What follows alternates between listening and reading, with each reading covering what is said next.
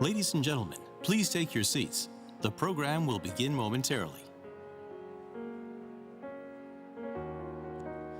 Once again, ladies and gentlemen, we would like to ask all the remaining people that's standing to find your seats.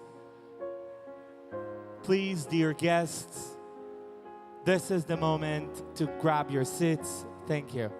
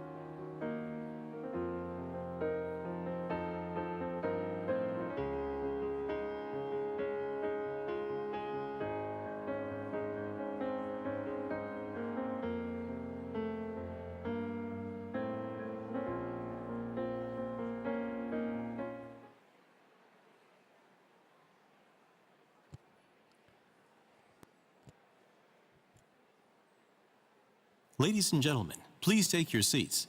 The program will begin momentarily.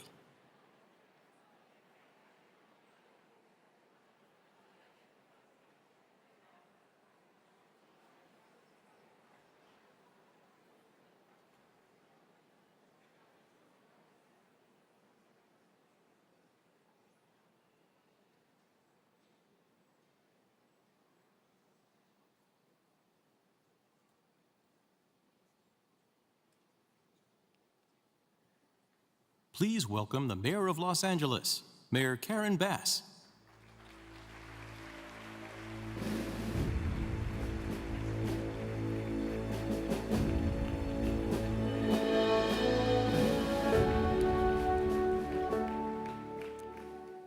Good evening, everyone.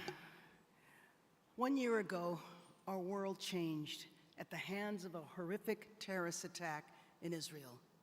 Tonight, we gather together to remember, reflect, and pay tribute to the lives lost and those forever changed around the world and here in LA. I recently visited the Nova exhibit in Culver City, which shows the tragedy of that day in heartbreaking detail. But the stories of what happened must be told, and I thank the community and all those involved in the curation of the exhibit and for bringing it here to LA.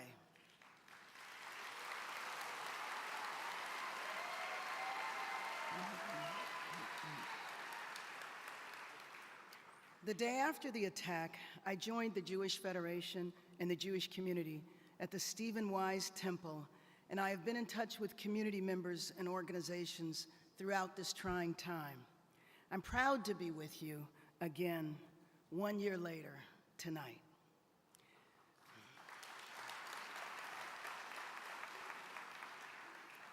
We must continue our prayers for safety and peace. As conflict rises in the Middle East, we often see a troubling rise in anti-Semitism around the world, including here in LA. So let me be unequivocally clear. Anti-Semitism has absolutely no place in LA.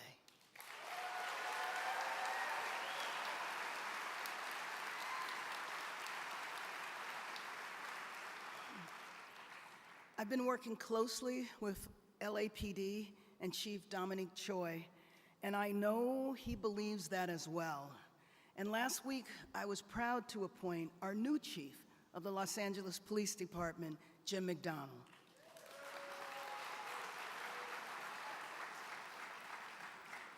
Together, we are all committed to ensuring that the Jewish community always feels safe here at home in LA.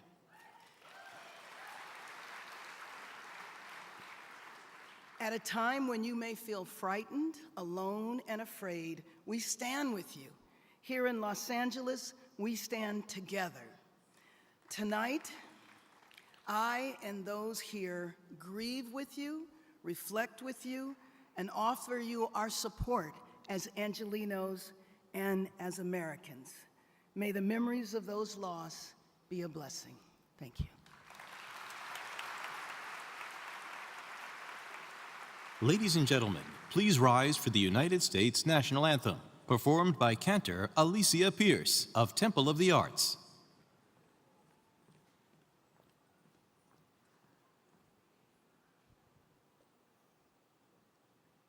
Please join me.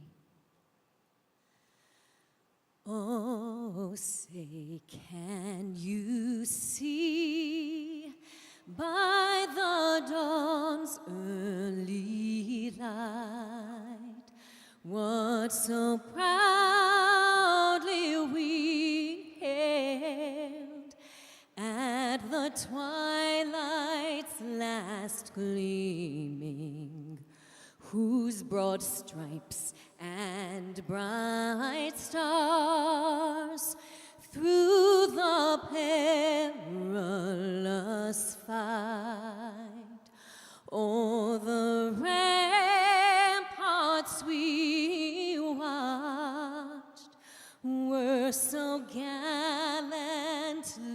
streaming, and the rockets' red glare, the bombs bursting in air, gave proof through the night that our flag was still there.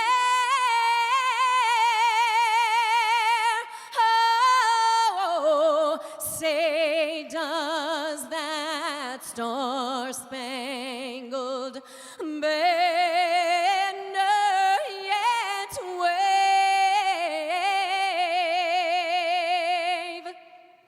o'er the land of the free and the home of the brave?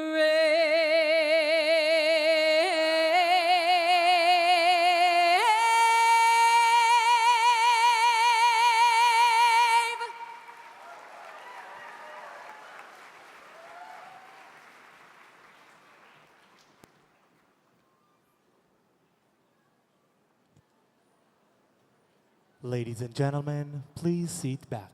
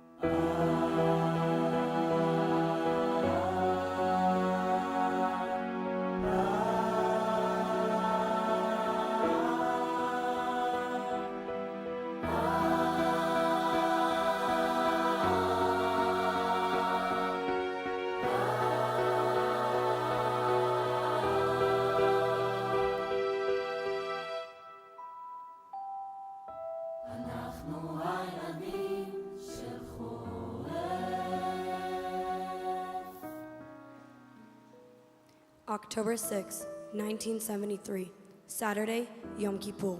As many Jews prayed for forgiveness, Arab armies launched a surprise attack from all fronts, catching Israel off guard.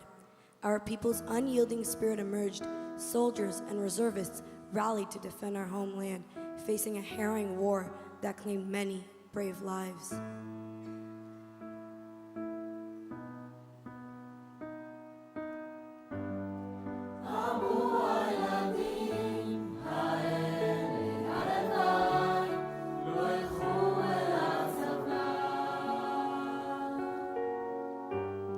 On the morning of October 7, 2023, What should have been a joyous Simchat Torah day became a day of profound darkness and indescribable sorrow for the state of Israel. In southern Israel, a ruthless terrorist attack invaded the homes of innocent Israeli citizens.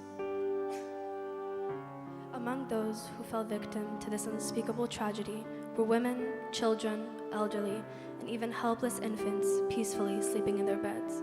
Their lives were tragically and brutally taken away from them.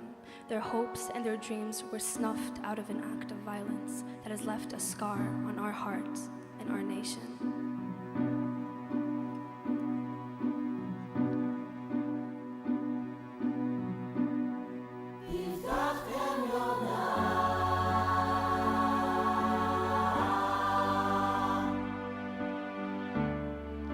As Israel fights against terror from the south and the north, our brave sons and daughters stepped up to protect our country.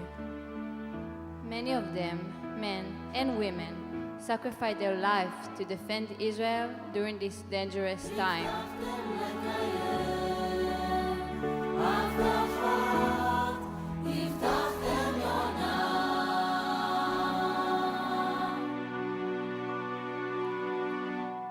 On that same tragic day, 223 innocent civilians fell victim into a cruel fate, kidnapped and forcibly taken as hostages into the Gaza Strip. 30 of them are young kids and babies, and until that moment, 101 are held hostage by a terror organization.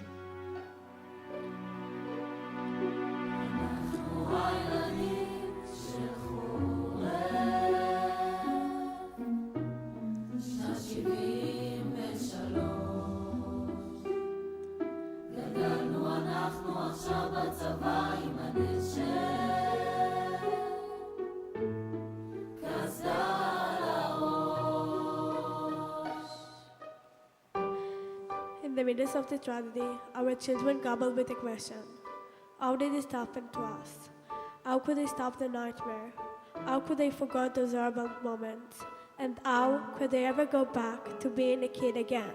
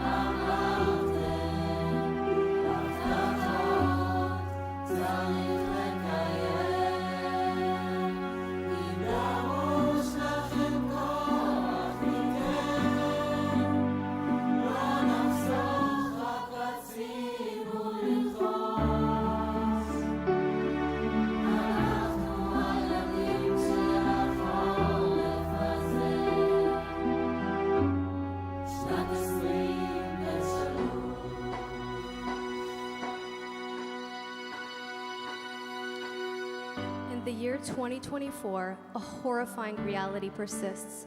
People are still targeted and persecuted for being Jewish.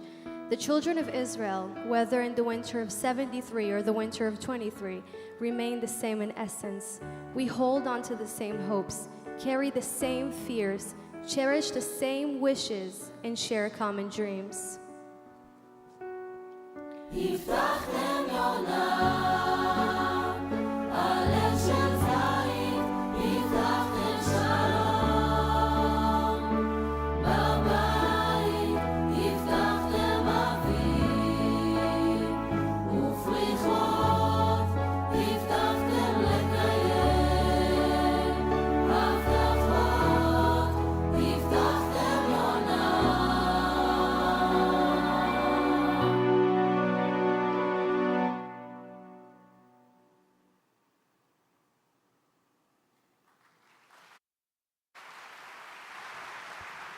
Please welcome the Master of Ceremonies, Moran Atias.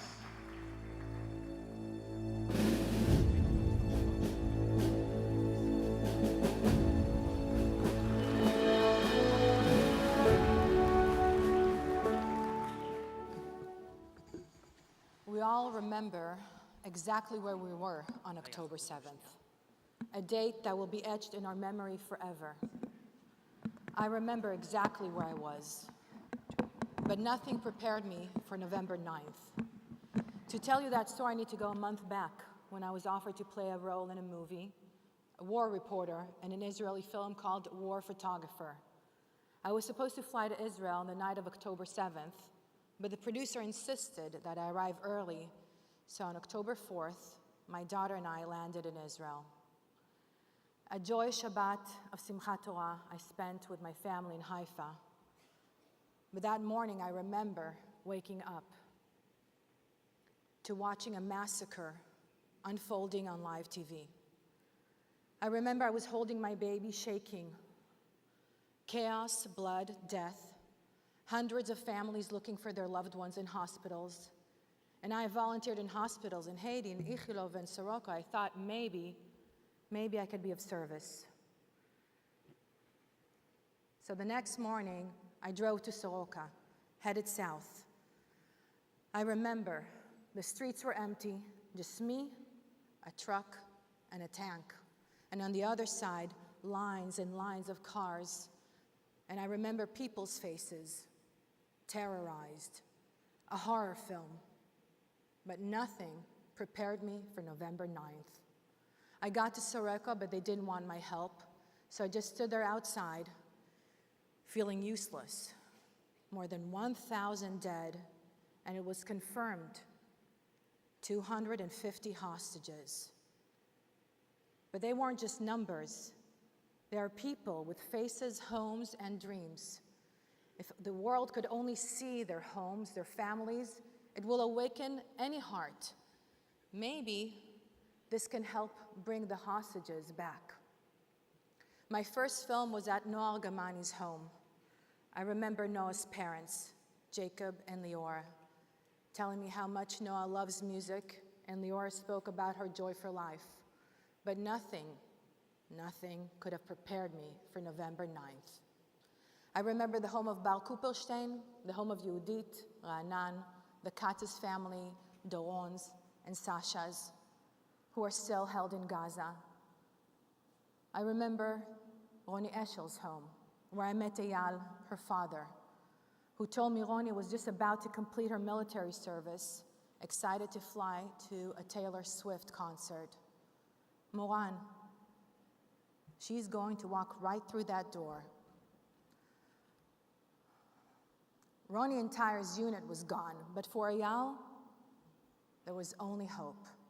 I remember days and nights volunteering at the Forum of the Missing and the Kidnapped. I remember the speeches at the Italian Senate and against the UN Women's Organization for the silence, but nothing could have prepared me for November 9th.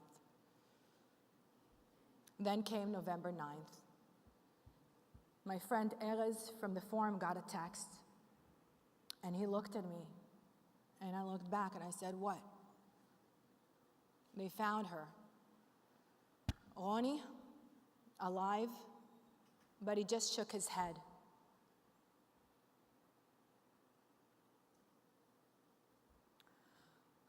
I couldn't breathe.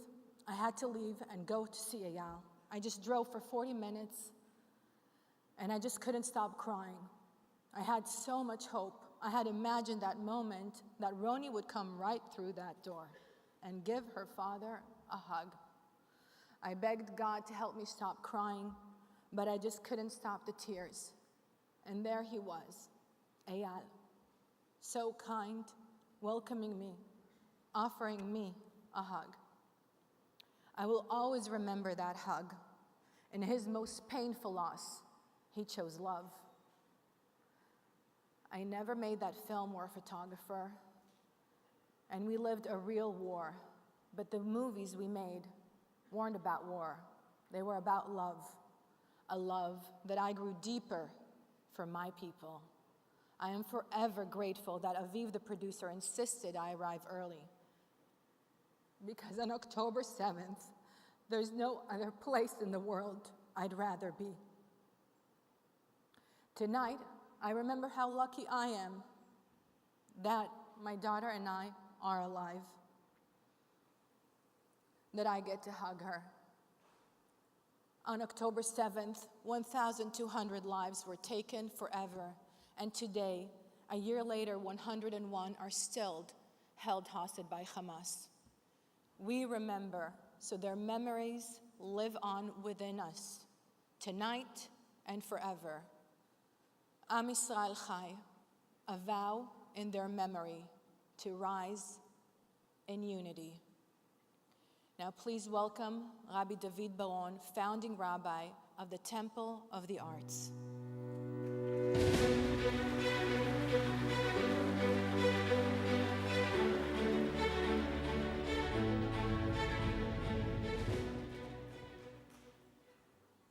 Erev Tov, welcome everyone. I'm Rabbi David Baron, founding rabbi of Temple of the Arts. We own and operate this beautiful Saban Theater, and we're honored to have all of you here tonight and to welcome you for a very special evening. Tonight is about unity, achdut above all else, that we are unified as a community, unified within our community and more broadly to our friends and neighbors who support us. You know, sometimes you can get a little depressed and despair, but we must not despair because we have jobs to do. Job one in Jewish tradition, nichum avelim, comforting the mourners. All of our families who've lost soldiers, who've lost those who were brutally, in a subhuman way, butchered on October 7th. We must not forget them, and we must comfort them. One of the greatest mitzvot is also pidyon shvuyim, redeeming the hostages. And we will do everything in our power to help bring the hostages home to their families and loved ones.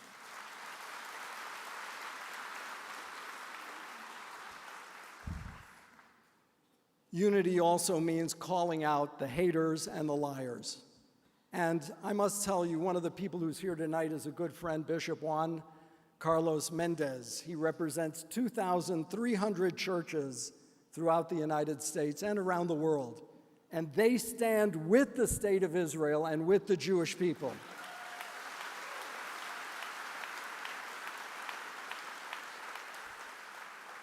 The rioters and protesters get all the headlines, but my friends, survey after survey confirms that over 73% of Americans support Israel. We must never forget that. So that means standing unafraid, unbowed, unified, to call out hatred, to call out evil as it exists, and also unafraid to call out the source of so much anti-Semitism, which is nothing less than radical Islam. And we must be willing to say that word.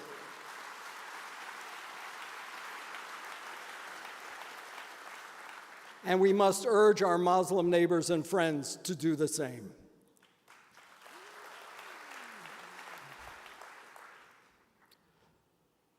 I came across a quote that really moved me today, and I don't know how these words came out of this woman's mouth.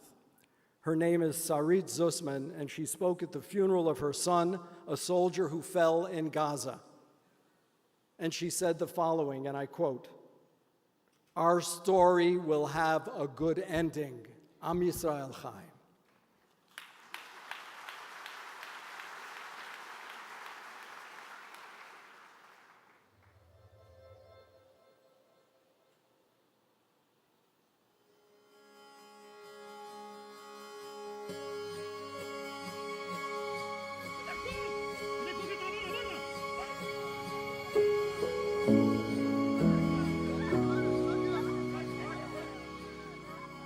This site marks the location of the deadliest massacre of the Jewish people since the Holocaust. Well, basically, the stories over here, every room is even worse than the other one. An act of medieval savagery. I saw things that I didn't imagine could be done to people.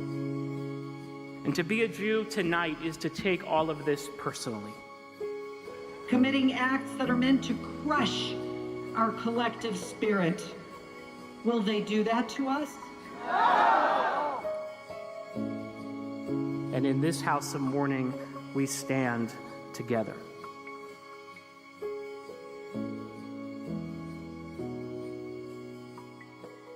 please welcome Rabbi Noah Farkas, President and CEO of Jewish Federation Los Angeles.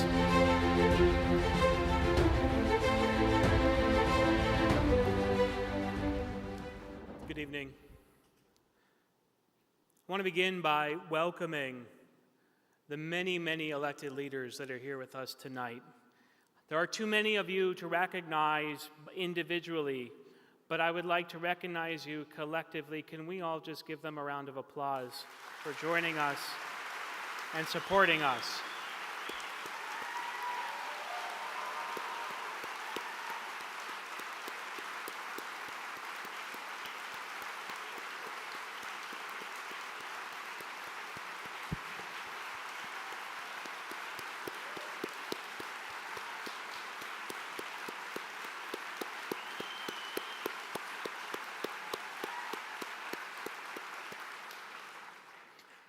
Just 1 year ago,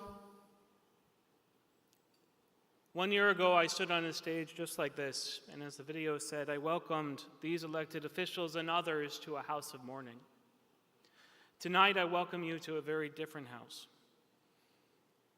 A house of people who still grieve. A house of people who still mourn. But a house of whose people a resolve, of strength, a resiliency like no other has shown itself. Our mettle has been tested, and we have prevailed. And I want to welcome you to a house of a people transformed, a world transformed. But more importantly, I want to welcome you to this place of hope, of resiliency, and strength that is the Jewish people.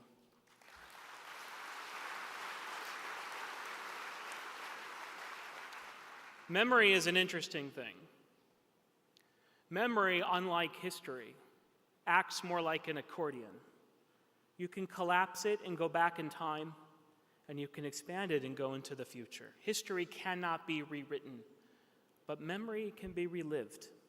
We as a people know this. Historically, our Torah, our 5 books of Moses, have told us over 100 times to remember the creation, remember the Exodus, remember Amalek, remember what it means to be a stranger, remember who we are. Memory is our secret power because it is the fuel that fuels us into the future. By remembering who we were, we remember who we are, and we can shape the world that is yet to be.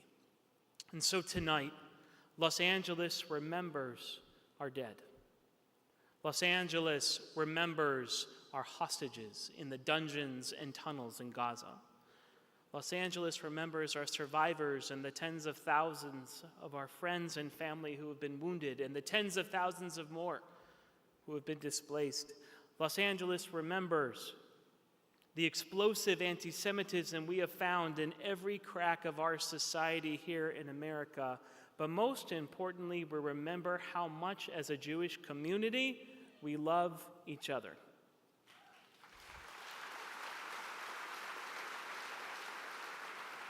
We remember who we are and what values we stand for democracy, for liberalism, for critical thinking, for making the world a better place, for truth, and for justice. We remember, above all, the spirit that we have given to the world that says that the future does not have to look like the past. And so 1 year on, we remember with sadness and sorrow, but we also remember with strength. Am Yisrael Chai, the people of Israel live. Please welcome Elan Carr, former United States Special Envoy for Combating Anti-Semitism and CEO of the Israeli-American Council.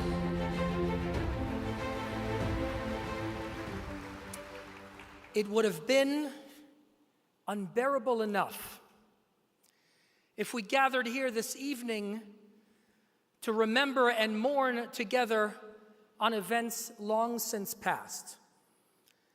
It would have been excruciating enough to dwell together on the blood and the death, the beheadings, the burning of our people, the savagery of the savages. But we are not here to remember events long past because, alas, 1 year after that terrible day, the state of Israel is still fighting for its very right to exist.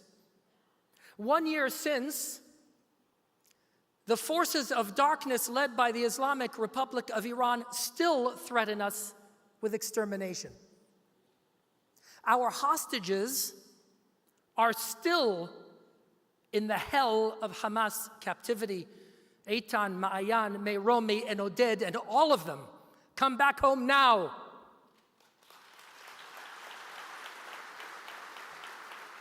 One year since, our soldiers, our brave heroes of the IDF, are still endangering themselves every moment as we sit here today, and some of their parents are in the room, so that we can live and thrive.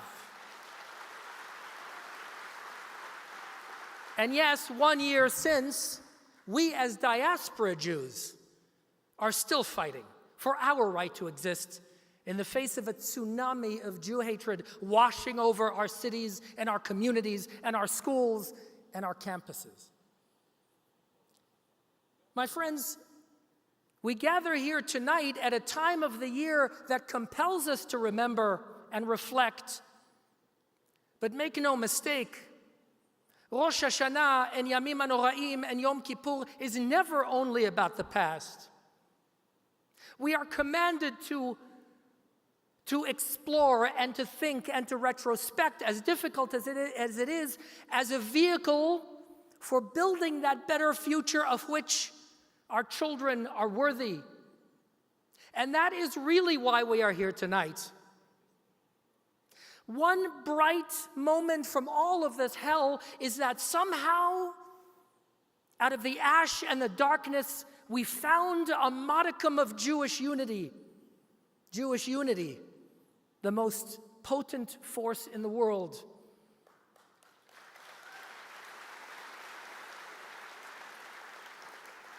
And so while we say, Tichle Shana v'kileloteha, may the year and its curses end, we look with hope.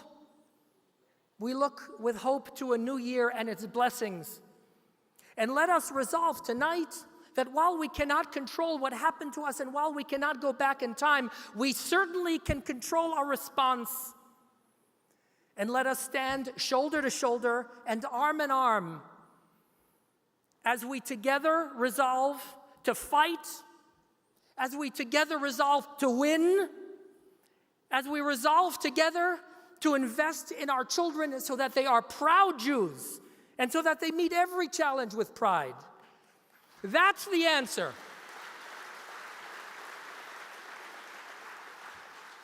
So, my friends, with optimism for the future, with thanks for your determination and commitment, we say, Am Yisrael Chai, v'netzach Yisrael lo yishaker. B'yachad nenatzach.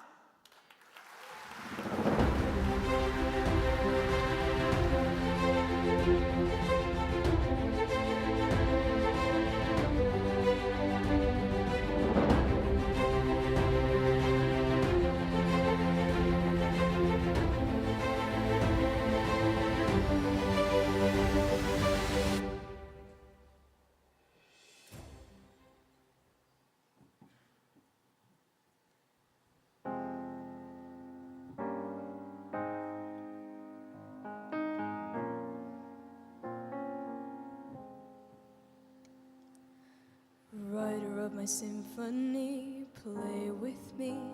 Look into my eyes and see. People walk away but never say goodbye. Someone stole the moon tonight, took my light. Everything is black and white. Who's the fool who told you boys don't cry? Hours and hours and powers. Life is no game, but it's ours while the time goes wild. Every day I'm losing my mind, holding on in this mysterious ride.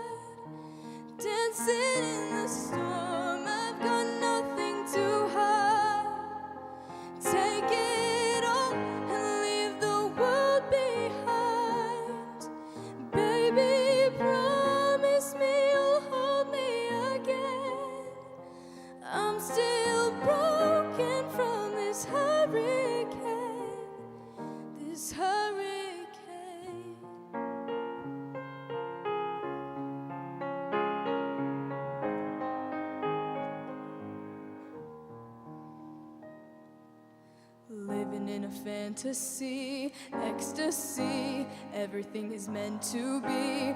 We shall pass, but love will never die. Hours and hours and powers. Life is no game, but it's ours. While the time goes wild, every day I'm losing my mind, holding on in this mysterious ride, dancing in the storm. I've got nothing to hide. Take it all and leave the world behind. Baby, promise me you'll hold me again. I'm still broken from this hurricane, this hurricane.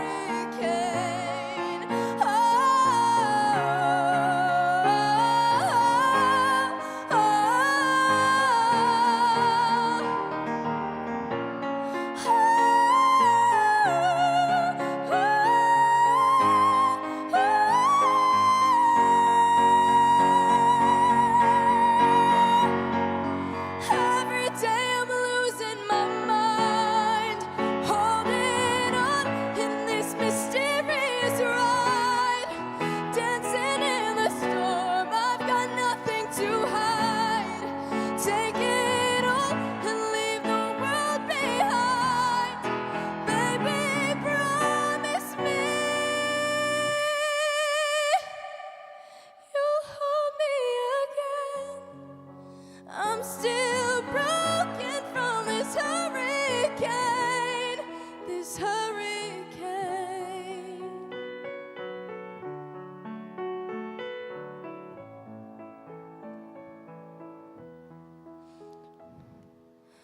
לא צריך מילים גדולות, רק תפילות, אפילו אם קשה לראות, תמיד אתה משאיר לי אור אחד קטן.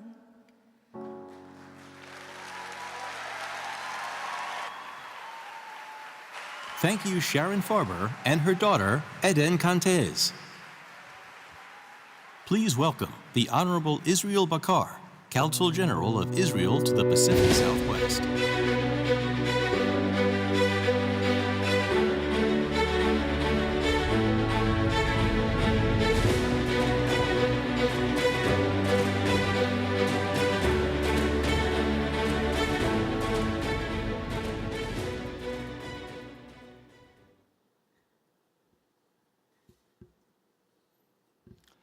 Dear friends, also I want to say to everybody here that the Consular Corps came to be with us tonight, and they're sitting here from many different nationalities. Thank you for coming. The October 7 massacre is not just another event in our history. It is one of the most consequential events ever. It is a radical event, heinous attack that was committed by radical Islamic terrorists who murdered 1,200 beautiful souls, including 71 foreign nationals, in the name of God. I've watched bearing witness 4 times. I cannot forget the glee on the faces of the terrorists while they committed their atrocities. On that day, Simchat Torah, while Jews were celebrating the joy of receiving the Torah, Hamas were celebrating the killing of Jews as they were chanting, Allah Akbar, God is great. But our God cannot be their God. If you rape women and then shoot them, my God is not your God. If you burn to death young people at a dance festival, my God is not your God. If you murder a Holocaust survivor in a wheelchair, my God is not your God. But amidst the horror of October 7th, we saw the beauty of our nation. Civilians who left their homes or synagogues and ran to save their brothers and sisters in need. Some fought with their bare hands against the terrorists. There were many acts of courage and heroism on that day. And yes, unfortunately, there were many failures on October 7th, and the Jewish nation has learned 4 significant lessons. First, when an enemy tells you that they're going to do something, believe them. Second, there is no difference between anti-Semitism and anti-Zionism.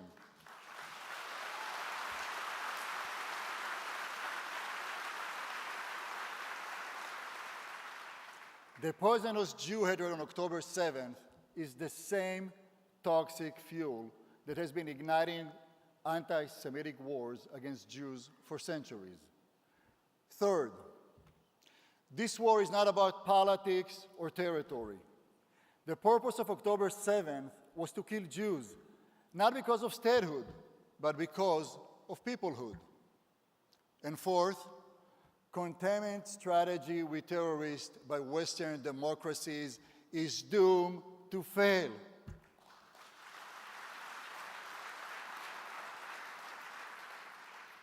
And the only way we will win this war is if we fight together and are united. And I know no one understands it better than this dynamic Los Angeles Jewish community and our allies. And since that day, you have been constant in your support. And that support must remain constant. We are in a fight for our lives and the lives of our hostages. And none of us can be free as long as there is one hostage in the hands of Hamas.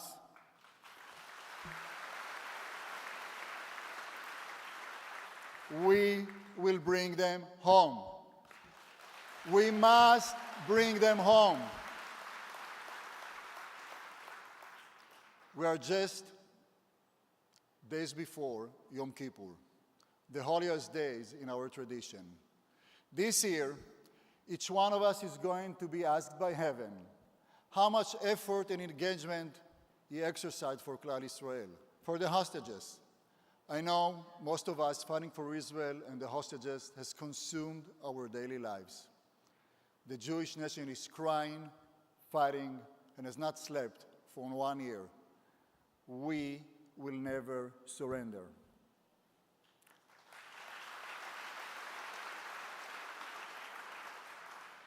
My dear brothers and sisters, never forget, we are bound by a shared destiny. We are one. We are one family. Am Israel Chai.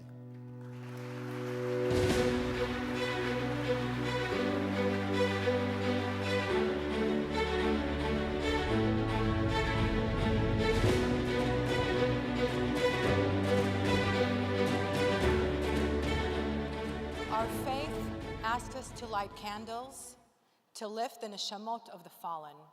Tonight we light 7 candles for the fallen soldiers, for the hostages, the civilian heroes, the foreign nationals, the victims of the sexual violence, the first responders, and the 1,200 murdered. Tonight, together with the entire Los Angeles community, their light will be remembered forever. A light for the fallen soldiers. Sergeant First Class Yosef Michaeli Gedalia, Malachi Gedalia, 22 years old, served in the Duvdevan Special Forces Unit. The moment he learned of Hamas's attack, without having yet received any official orders, Yosef and 3 other soldiers headed straight to the kibbutz of Kfar Aza to defend their community. They went home after home, rescuing civilians and saving lives, until Hamas terrorists fired an RPG at their vehicle, followed by a series of grenades. Yosef yelled, "Incoming grenade," to his fellow soldiers. Those were his final words, before being shot to death. Yosef was one of the first soldiers killed on October 7th. He is survived by his wife, parents, and 6 siblings. Kfar Aza was my kibbutz. When I saw Kfar Aza last time, more than 50 years ago, I did not imagine that next time I would see it was last month when Debbie and I went there, witnessing the devastation. Thank you, Yosef, Malachi, Gedalia. Thank you. Thank you, Yosef, and the more than 700 brave, fallen IDF soldiers who made the ultimate sacrifice.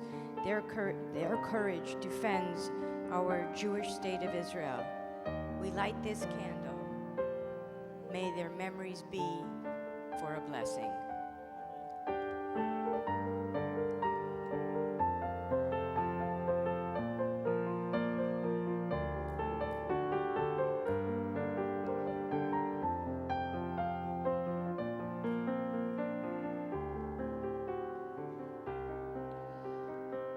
A light for the hostages. Hirsch Goldberg Polin, a funny, curious, kind, and selfless California native, Israeli-American, 23 years old boy. Hirsch went to the Nova Festival to celebrate peace and life, but was brutally injured and kidnapped by Hamas. His parents, Jonathan and Rachel, used every day and every platform for 330 days straight to advocate for the release of their beloved son and all the hostages. They advocated with kindness, love, humanity, and hope. Hirsch had become our friend, our brother, our son. On August 31st, Hirsch, Alexander, Carmel, Almog, Eden, and Uri were murdered by Hamas. Our world devastated, hearts broken, then and now. It's been 1 year since Hamas terrorists took 252 hostages, most of them civilians, women, children, the elderly, and babies. And still, 101 remain in captivity. But we are committed to doing everything we can to make sure that the remaining hostages in captivity come home. On behalf of all your elected leaders who are here tonight, and many who are not, I stand with all of you tonight, and in the memory of Hirsch Goldberg Polin and all the hostages whose bright light was extinguished, we light this candle. May their memories live on and forever be a blessing.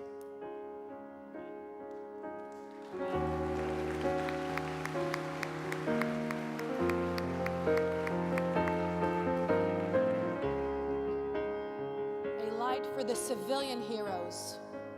Ben Shimoni was a passionate music lover with a kind heart and a gentle spirit. He went to the Nova Music Festival, and at 6:29 a.m., Ben transformed from an ordinary citizen into an extraordinary hero. He fled the terrorist attack with 4 strangers in his car, whom he drove to safety. Despite their pleas to stay, he returned to save others. On a second trip, he saved 5 more people. Despite their pleas to stay, he returned yet again to save more, but this time was ambushed and met his own unfortunate death. He was 31 when he died. Ben saved 9 lives, and his selfless actions cemented his legacy as a hero. There are many stories like Ben's, extraordinary acts of heroism by those making the ultimate sacrifice, their lives, to protect and save others. We light this candle in honor of all the civilian heroes who will forever be remembered for their bravery and their selflessness. May their legacy shine on brightly and live in our hearts forever.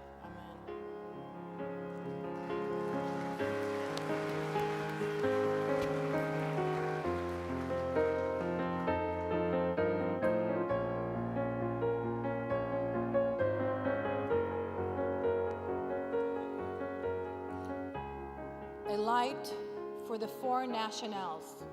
Canadian-born Vivian Silver, 74 years old, was known as a happy, optimistic person, a lifelong peace activist. Vivian co-founded an organization dedicated to peace and coexistence for Jews and Arabs. On October 7th, Vivian was murdered by Hamas terrorists in Kibbutz Be'eri in her home. Hundreds of foreigners and national and dual nationals from across the world, like Vivian Silver, were also killed that day. Evil has no boundaries, yet we may find solace in our shared humanity. Consul General Bahar spoke of the remarkable consuls general who are with us this evening.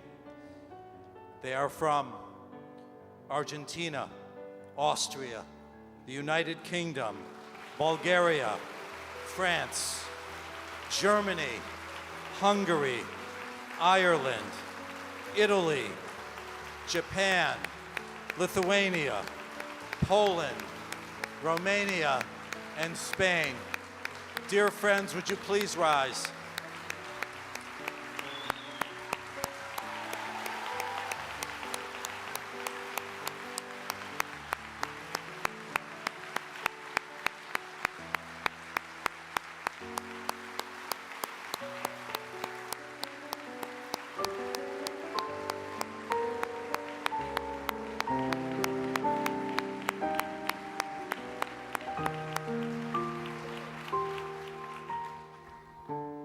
These friends have been with us from the very, very beginning.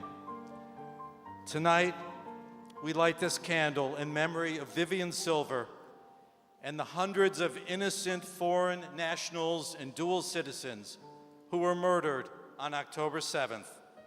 May their memories be a blessing for their families, for their communities, and for their respective countries. Amen. Amen.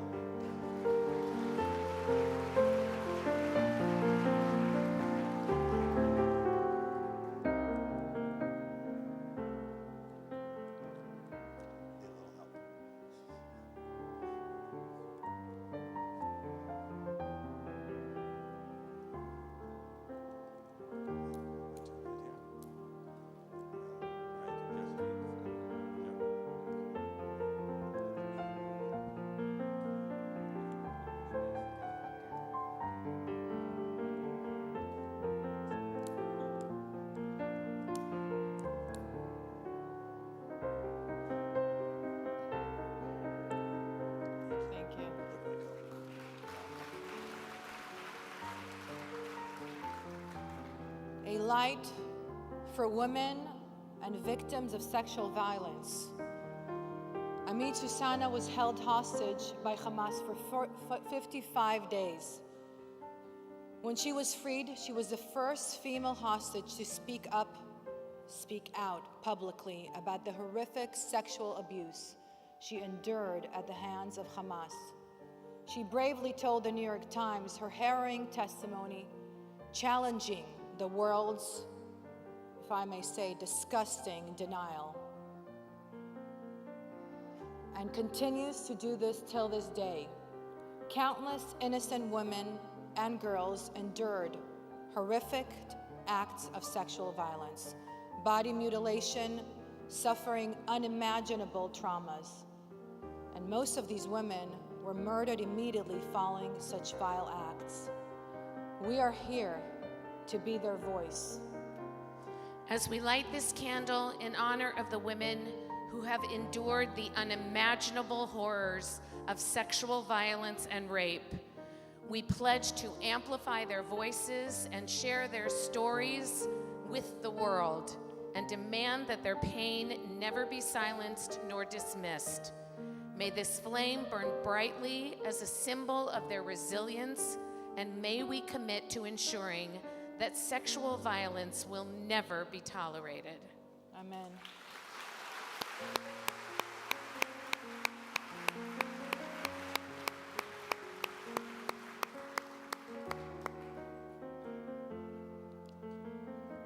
A light for the first responders and police. Paramedic Amit Man, only 22 years old, a resident of Kibbutz Be'eri, was Magen David Adom's youngest paramedic course instructor. When she heard the barrage of rockets, Amit sought shelter in her safe room. But then, hearing about severely injured residents, she grabbed her medical bag and rushed to the kibbutz clinic. For hours, Amit had but one only goal in mind: saving the lives of the injured. While gunfire echoed around her, she worked tirelessly to stabilize each victim and provide life-saving medical care. Despite the escalating danger and the sound of terrorists getting closer, Amit was determined to stay and save lives until her own life was taken. Amit's courage in the face of unimaginable danger is a testament to the bravery of all first responders who, against all instincts, run toward the danger. As we light this candle, we commit to ensuring that the values of bravery, service, and selflessness that she embodied live on in all of us. Amit and so many others like her will continue to inspire future generations of healers, rescuers, and leaders.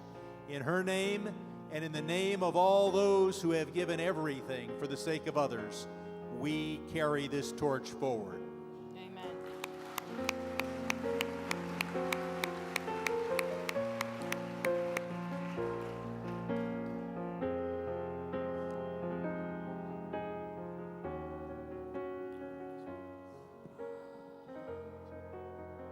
Last light is for the 1,200 murdered. October 7th marks the deadliest attack against the Jewish people since the Holocaust. Over 1,200 innocent lives. Families shattered, communities devastated, and the world was left to grapple with pure evil.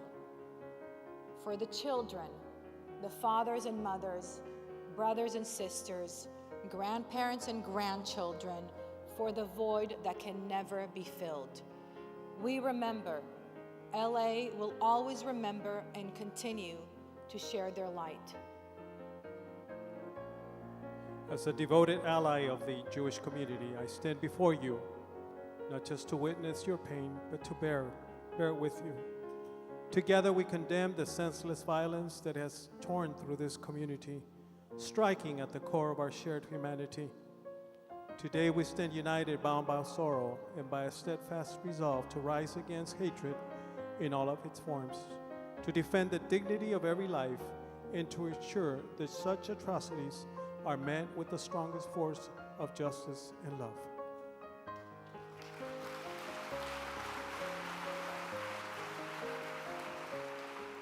On behalf of this spiritual community that will be coming forward, there's a large gathering of rabbis and cantors. On behalf of all of you, we stand together to light this final candle in the memory of more than 1,200 lives taken on October 7th.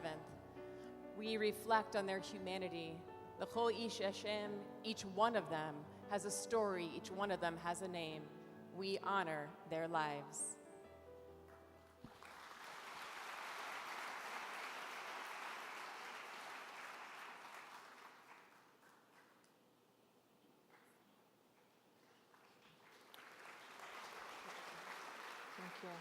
Thank you. To honor the memory of all those who perished, we look to our community of rabbis to lead us in the Kaddish prayer. Please rise and hold up your candles as we recite this blessing to heal our hearts and dedicate our prayers to the memory of all of them.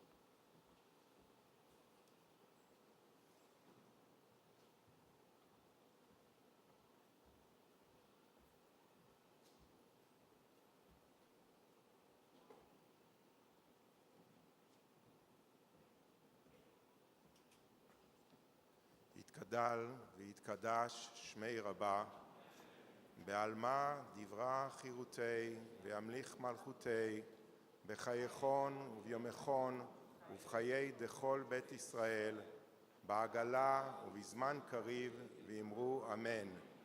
יהא שמי רבה מבורך לעולם ולמי עולמיה. יתברך וישתבח ויתפאר ויתרומם ויתנשא, ויתהדר ויתעלה ויתהלל, שמי דקודשה בריחו. לעילה ולעילה מן כל ברכתה ושירתה, תושבחתה ונחמתה, דאמירן בעלמא, ואמרו אמן. יהא שלמה רבה מן שמיה, וחיים עלינו ועל כל ישראל, ואמרו אמן. עושה השלום במרומיו, הוא יעשה שלום עלינו ועל כל ישראל ועל כל יושבי תבל, ואמרו אמן.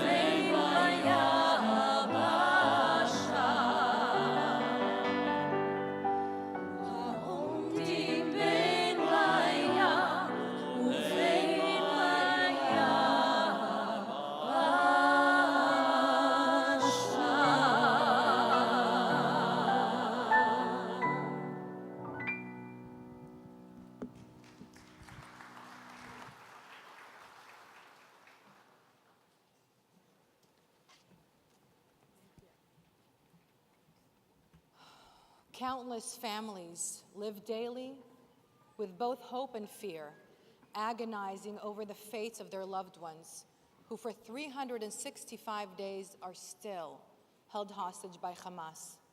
Maayan Snapil, granddaughter of Yocheved Lifshitz, was freed from captivity, but her grandfather, Oded, is still held hostage. Maayan has bravely transformed her pain into action, raising awareness not only for her grandparents, but for all the hostages. Please welcome to the stage Maayan Snapil.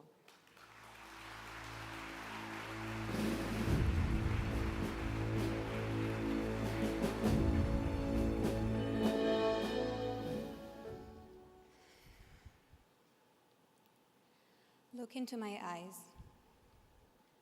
Please don't look away. Share with me this moment of truth, a moment of togetherness in such lonely times. We are all here because we care and understand that something needs to happen soon. 4 days ago, I had a birthday. Just as much as I could not have imagined a massacre happening a few days after my birthday last year, I could not believe the hostages are not back with us 1 year after. It's been a difficult year for me and for all of us.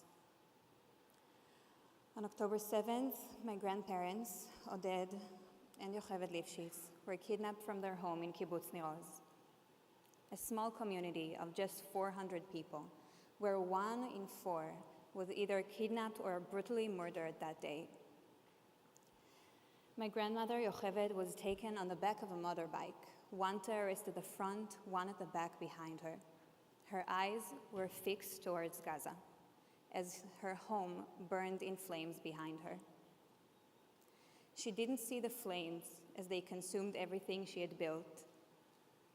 The last thing she saw was her husband, my grandfather Oded, collapsing from a gunshot wound, trying to stop the bleeding with a towel. She told us he had died, and she shared that heartbreaking news with us in the hospital when she miraculously came back from captivity. But that was not the end of the story. Another hostage from Nir Oz, who was released after about 50 days, told us that my grandfather was, in fact, alive. He survived the 7th. She was with him while she was in captivity. He is wounded, yes, but he is still alive. He doesn't know his wife has been released. He is worried about her, and she for him, but both of them alive and separated by an unimaginable distance. Alive. That word takes on a new meaning when so many lives have been lost. Do you feel alive right here in this moment? No child in the world should ever fear he might be kidnapped. No woman in the world should be scared to be taken away from her home to a foreign land and be raped. No man in the world should fear he'll be taken into captivity in a tunnel, and fear he will never see daylight again.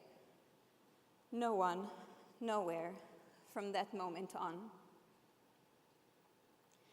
Every time I speak about October 7th, I ask myself, what do I really want to say to you?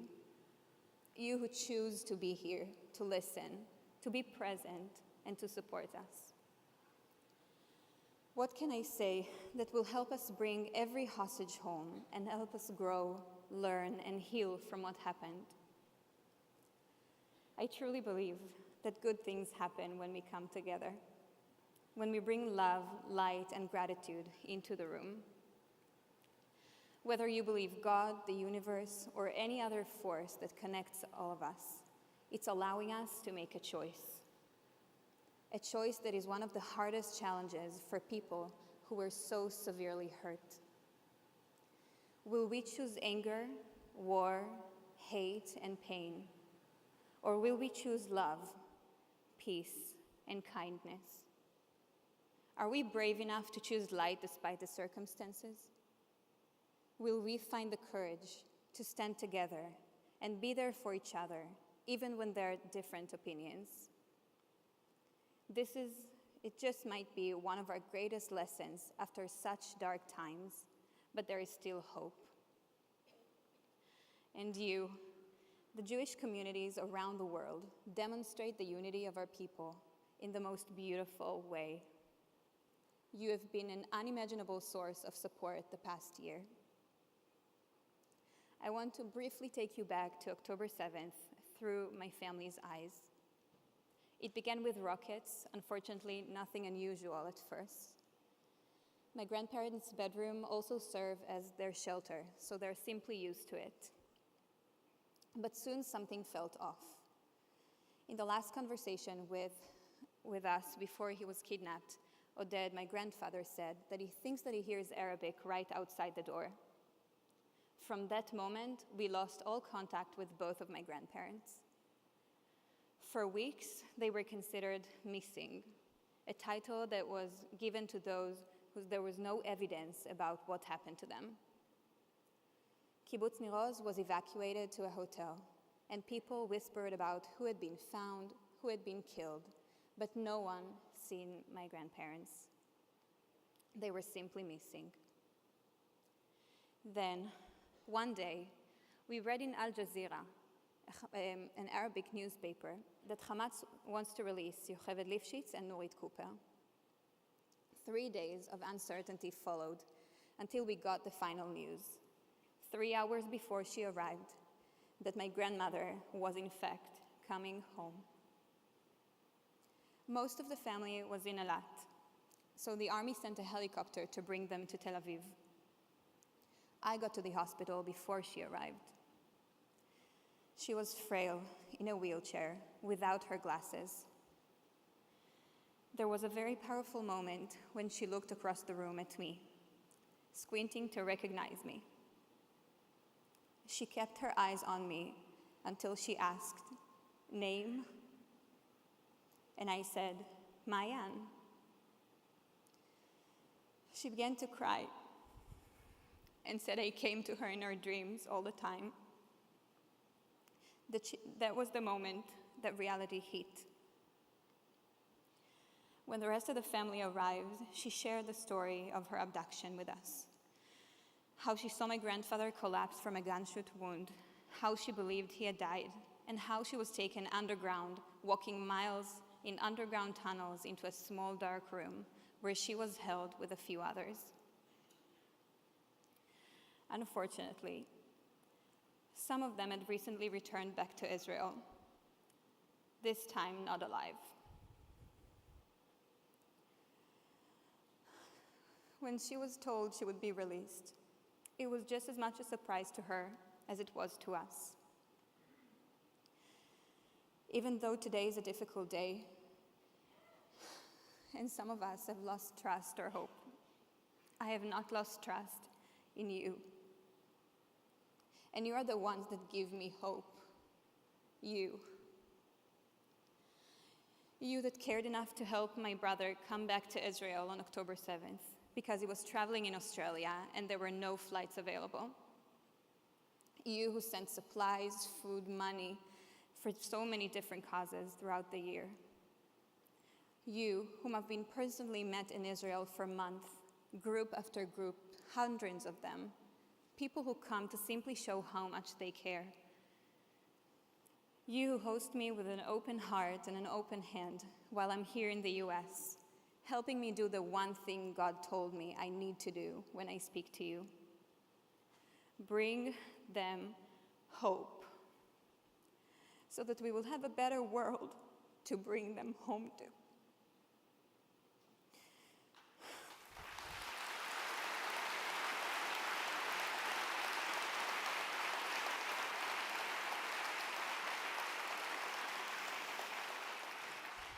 I truly believe that better days are ahead, and we are all part of making this happen.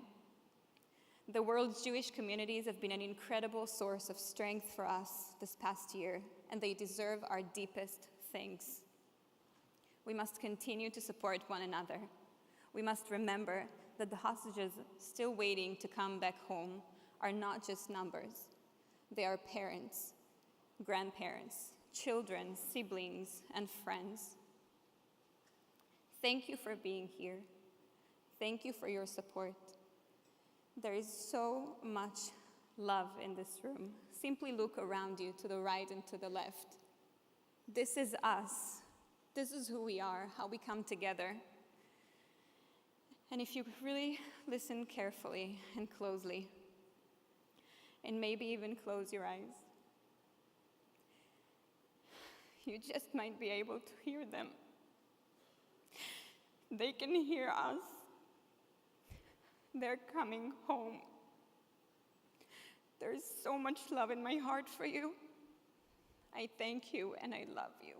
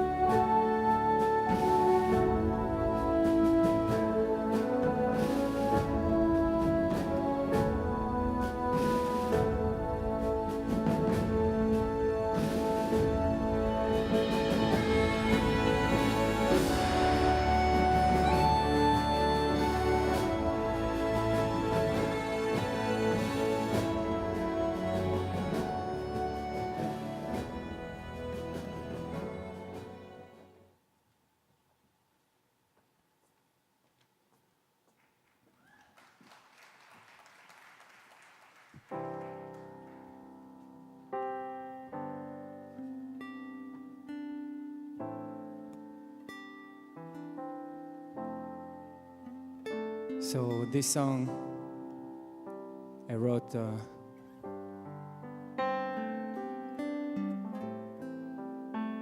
when I was on duty. Reserve. And it's all about the hostages.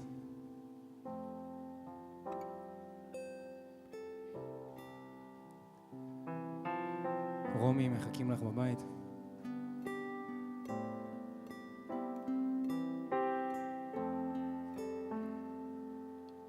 אבא קום כבר אבא תתעורר. אמא פה פצועה זה לא עובר. אמא אבא שוב הלך לישון. אולי כי יום שבת ולא ראשון, עם כל הרעשים הבלגן. ואין טעם, הכל סתם, תחזירו לי אותו עכשיו הביתה. ואין טעם, הכל סתם, תחזירו לי אותה עכשיו הביתה, הביתה.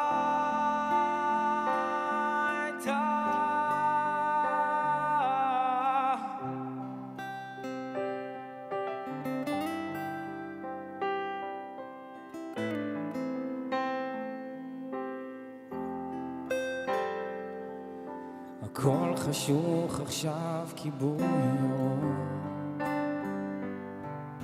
אולי ליום יומיים לפחות, כי בין ייאוש תקווה יש לי חלום. כשכל זה ייגמר אוכל לנשום בין כל הרעשים הבלגן. ואין טעם, הכל סתם, תחזירו לי אותו עכשיו הביתה. ואין טעם, הכל סתם, תחזירו לי אותו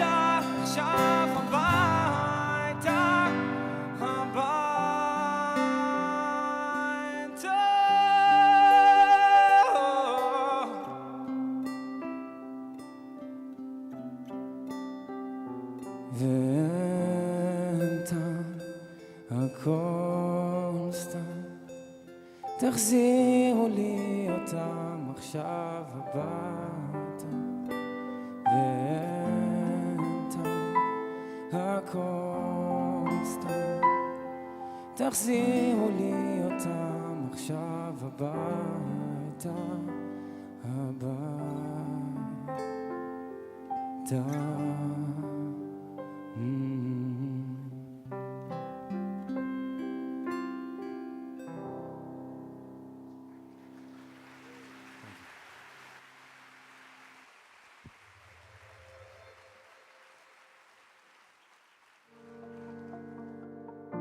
There has never been more of an opportunity for Jewish renewal and growth than right now.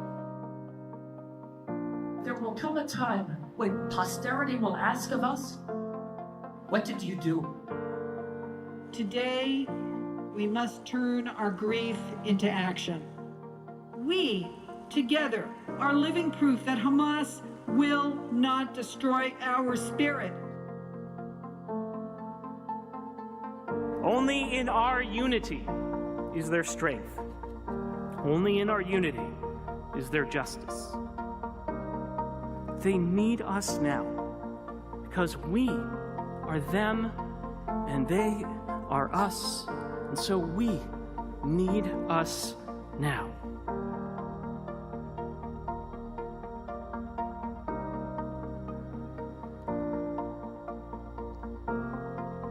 I'd like to also thank the incredible Raviv Kaner for that beautiful song.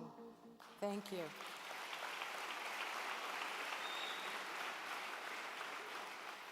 The Talmud teaches whoever saves one life, it is as if he saved the entire world. Tonight we honor those who saved lives. Tonight we honor the resilience of the people of Israel and the resilience of the Jewish communities around the world. Within hours after the attack, Israeli society mobilized. The Jewish community around the world mobilized. Food and clothing distributions, emergency services, medical assistance, mental health, and pop-up schools. Tens of thousands of volunteers flew to Israel to volunteer for military service, help Israeli farmers with agriculture work, and to help support the victim of terrorism and evacuees. More than $1.4 billion was donated to assist with Israel's recovery from across the world. This Los Angeles community raised well beyond $35 million.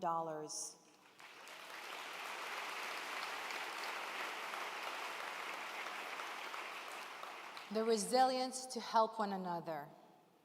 You should all be so proud of yourselves. Many risking lives, many risking their own lives, like Yaniv Kestenbaum, whose singular actions and individual heroism helped to save his entire kibbutz, as well as the neighboring one. We are so honored to have a hero with us tonight, Yaniv Kestenbaum.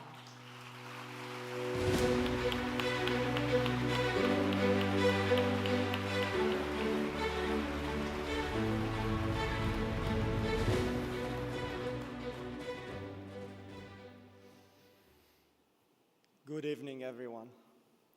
I'm Yaniv Kestenbaum, the security chief of Kibbutz Or HaNer, located less than 3 kilometers from Gaza. A year ago, on October 7th, we woke up at 6:29 a.m. on a Saturday.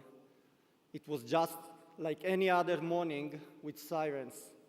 Out of habit, my family got up and ran to the shelter. The children went back to sleep in the shelter, and my wife and I joined them, waiting 5 minutes before heading back to sleep ourselves. But this morning, something was different. The sirens didn't stop. Soon, we began hearing the whistling sound of rockets and mortars falling onto the kibbutz. As part of my role I knew I had to go out because something unusual was happening. As I opened the door, while my wife grabbed my hand, crying and begged me to stay inside, a rocket hit a house across from us and threw me back into our house. In a rush, I helped my wife back into the shelter and headed out. I started to receive calls from residents whose homes had been directly hit. I knew I needed to mobilize the emergency response team. By 6:45 a.m., my team was already positioned at the kibbutz gate and fences. There was no communication with military, and there was no electricity. At 7:30 a.m., I received a call from Or, the security chief of Kibbutz Erez, a neighboring kibbutz about a kilometer from us towards Gaza. He sounded extremely stressed and said they had around 40 terrorists in 4 trucks at the fence. He already counted 1 fatality and 4 wounded who urgently needed help. Without fully understanding the scope of the situation or knowing that the entire area was swarming with terrorists, I made a split-second decision to send our emergency team commander with 3 other fighters to the neighboring kibbutz.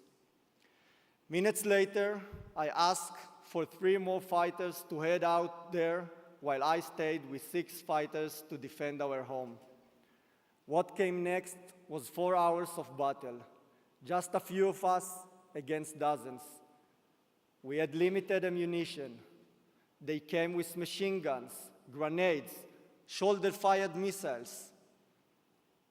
When it was over, my fighters, alongside the fighters from the neighboring kibbutz, managed to prevent terrorists from entering our homes and carrying out the massacre.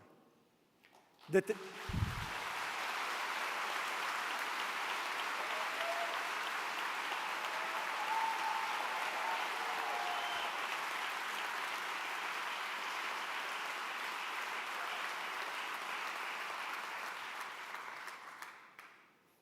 entire day, we remained alone, without outside help.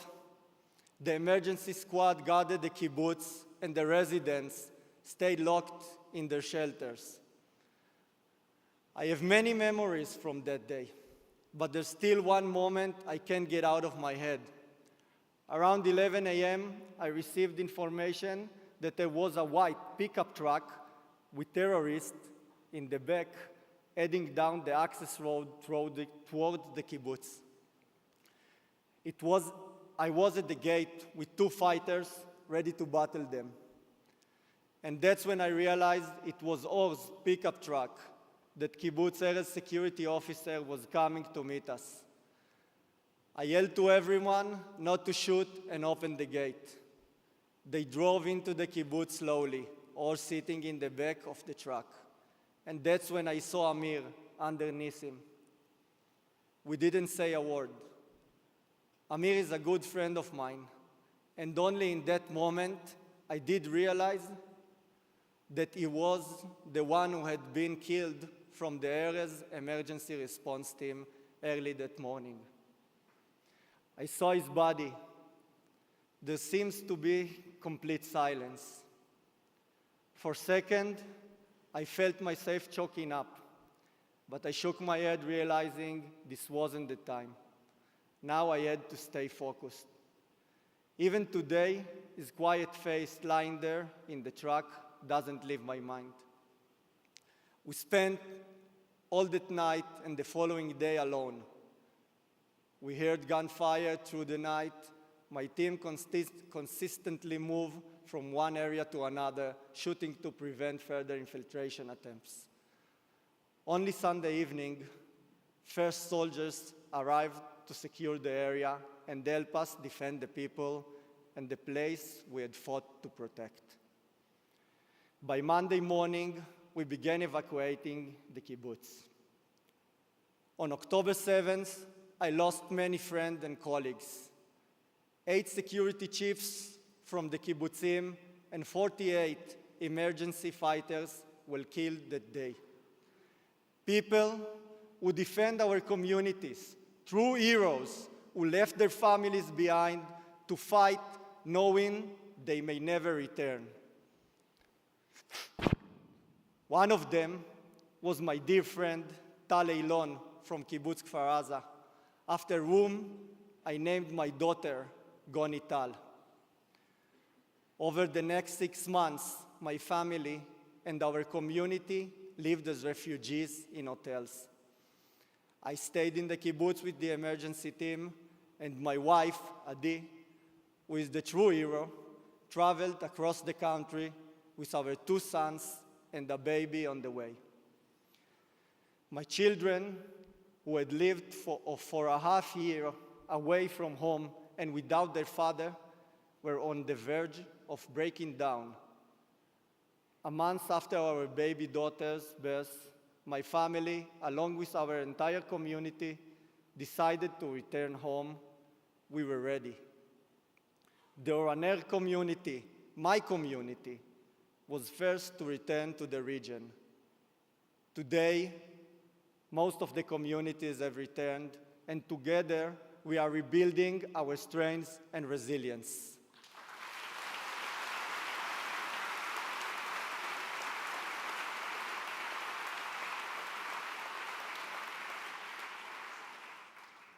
We have all lost family members, friends, and loved ones, and it is precisely for them that we have returned, to rebuild the lives we love in this place.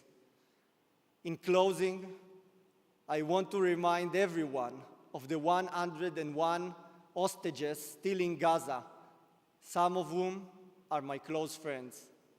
We must not forget them, and we must bring them back now.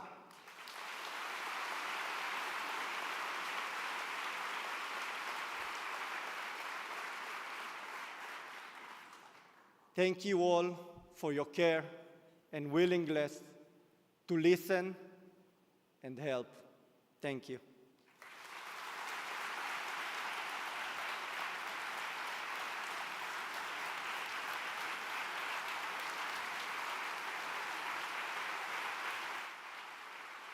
With us tonight is someone whose voice has been a beacon of strength and clarity in unimaginably challenging times.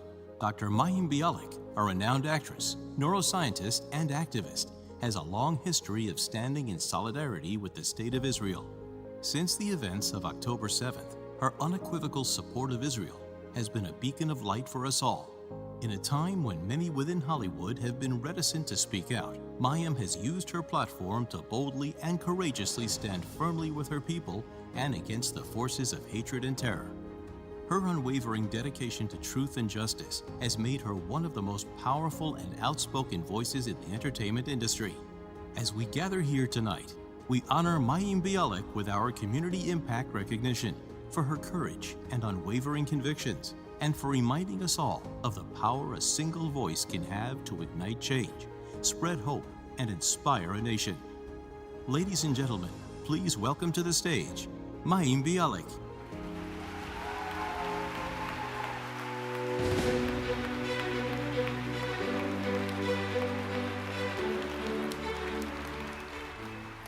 Thank you. Thank you very much.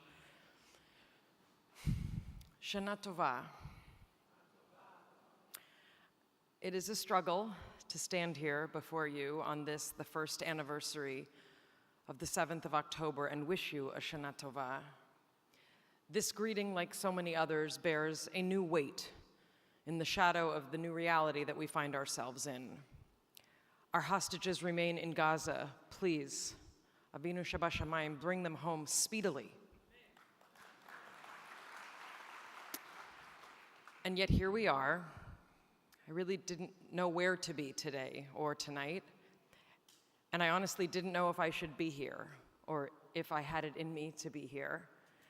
I, like so many of us, live with a terror and an anxiety since October 7th that seems to not allow me to have a place where I can truly feel settled or happy or whole. They say it's ancestral, and indeed, I believe that it is.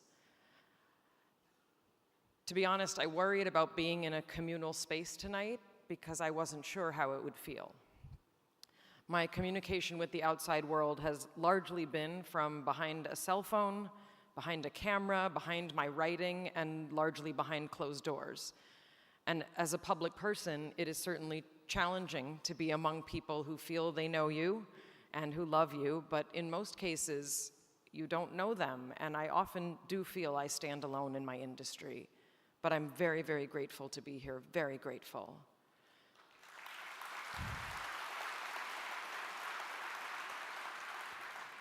We say that Rosh Hashanah is the birthday of the world. It's a celebration. And yet, we are here to commemorate an unimaginable first, which has no elements of celebration. And in fact, for many of us, this entire year has been one lacking the capacity for celebration in its purest form. We've all celebrated someone's birthday this year, or an anniversary perhaps. For those of us whose children graduated from high school this year, it was thrilling as we ushered our children into a new identity and a fantastic life full of hope and promise. But even at those times, I know I'm not alone in that it was hard to celebrate fully. There was a part of me here, and I could be joyful at times, but also there was always a part of me there. Pictures captured so many moments this year, but before and after every event, every party, every celebration, I know what I was doing. I was scanning the news. I was looking for names of soldiers that I might be related to. I was reading op-ed after op-ed from every side of the tragic conversation that the world is having. Our tradition tells us that this is also the time of year when Adam and Eve were created. The first humans were born at this time of year, and there's something incredibly bitter about this right now. October 7th created a deeper experience of our otherness than most of us have experienced in our lifetimes. And the aftermath, the downstream effects of that day have rippled out into a sense of abandonment by many in the global community, an underscoring of the desire of so many of us to isolate, the cruel knowledge which many of us had hoped our grandparents were wrong about, that we have to take care of ourselves because we really don't know who else will. And so I see October 7th as an expression of the creation anew of us as a people united, because there is no doubt anymore about who we are as a nation and the significance and the importance of Israel as our home.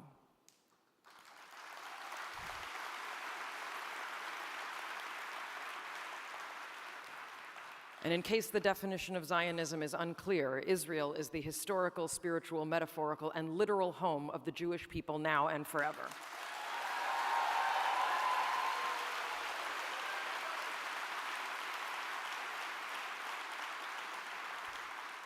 The nation of Israel, in all of her imperfections, is our eternal home.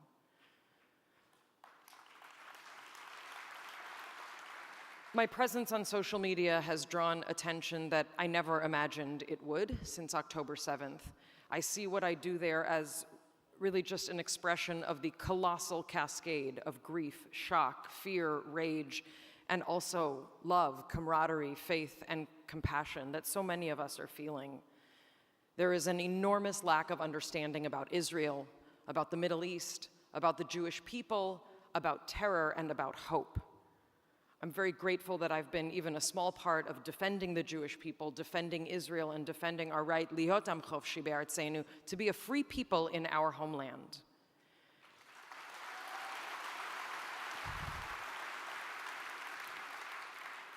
And as the days of awe are upon us, we know that while we may never celebrate in the same way, the time for a certain kind of hand-wringing is largely over.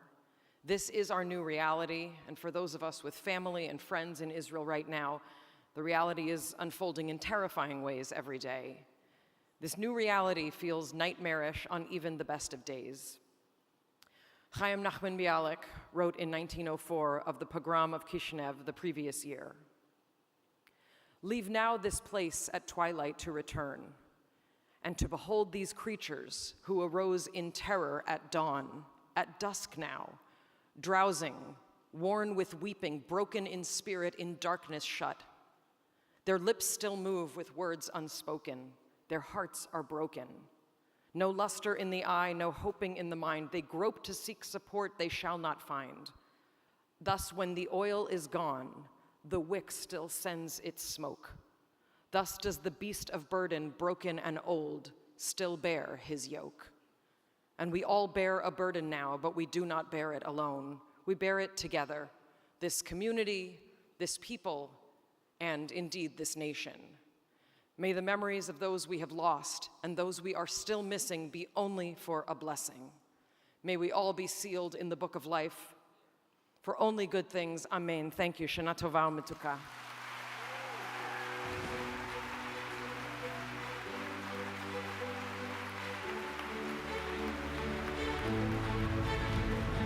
Please welcome Roz Rothstein, CEO and co-founder of Stand With Us.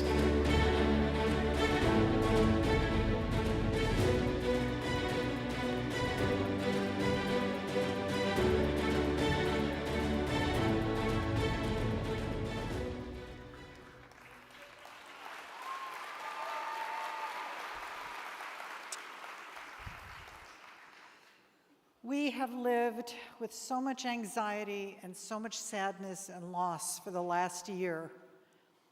A few weeks ago, together with colleagues from ELNET and American Jewish Committee, I had the honor of meeting a very high-level Hindu spiritual leader, Ravi Shankar. He has written about lowering anxiety through breathing and through other techniques and through meditation, with the goal of achieving inner peace. I took this amazing opportunity to ask him, what about the Jewish people in this moment? How can we possibly reduce our anxiety as we are painfully aware that Iran and its proxies seek our demise and Hamas is still holding our people in the dark, evil tunnels of Gaza? I asked him if he has guidance for the Jewish people in this difficult moment. And I will never, ever forget his response. He smiled and he said, "Tell your people that the universe has a way of correcting itself." So on this evening, with over 2,000 people in this room, and countless thousands of people watching us right now from cities around the world, I am delivering that message to you. With God's help, the universe has a way of correcting itself, but not without courage and not without resolve, and not without tremendous sacrifice and heroism.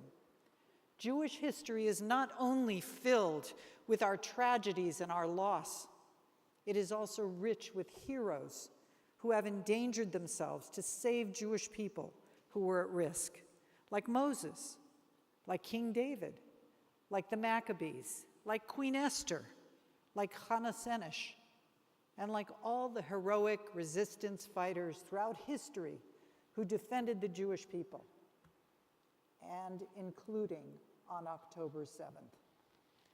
We are alive at a time that we can witness the incredible heroism and ingenuity of one of the strongest armies in the world, the IDF.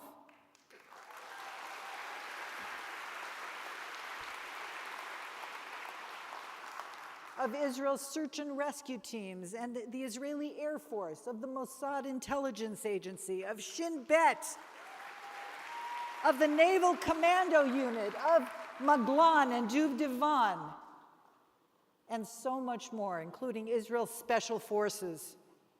There will be books and films written about the thousands of pagers and walkie-talkies that went off at the same time.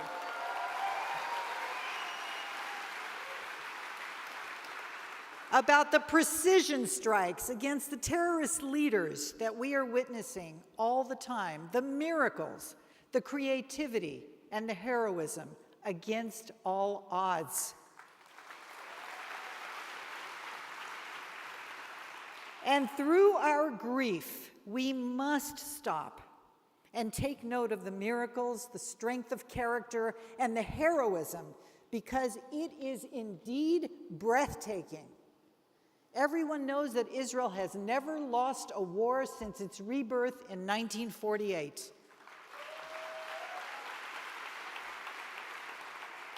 And we are also deeply aware that Israel can never lose a war. And it is with that knowledge and determination that Israelis stand tall and strong and will continue to do everything to protect and defend the state of Israel and its citizens.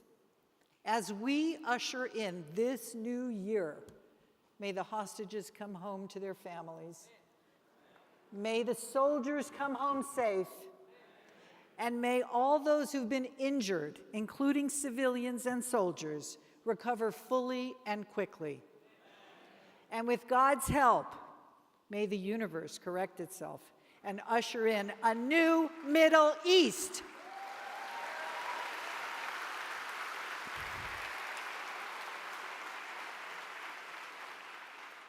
A new Middle East that offers Israel and her neighbors real opportunity for peaceful coexistence. Am Yisrael Chai. Thank you.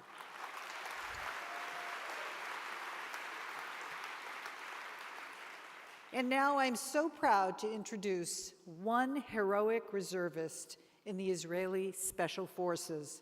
Please give him a warm welcome and extend your gratitude to Gunnery Sergeant Asaf.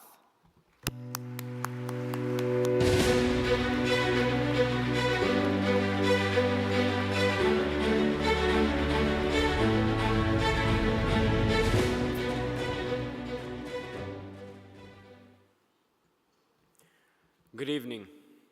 My name is First Sergeant Asaf, and I was born in Israel 31 years ago. After completing my undergraduate studies in the United States, I returned home to join the IDF.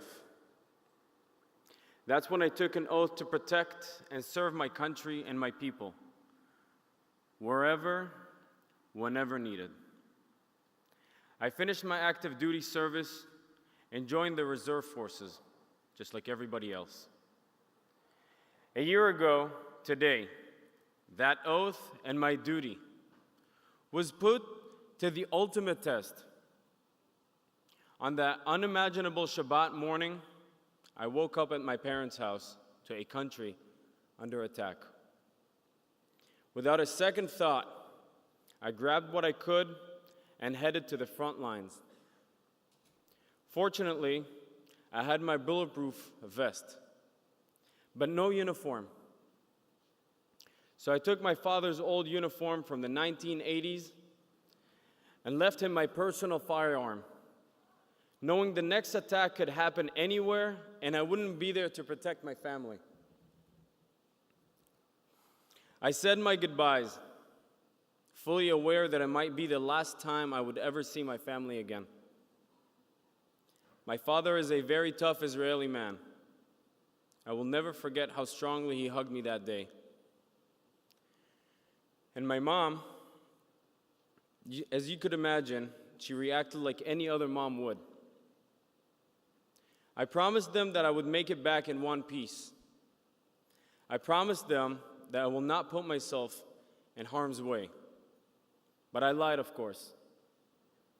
I drove down to the front lines unarmed and joined a group of other reservists.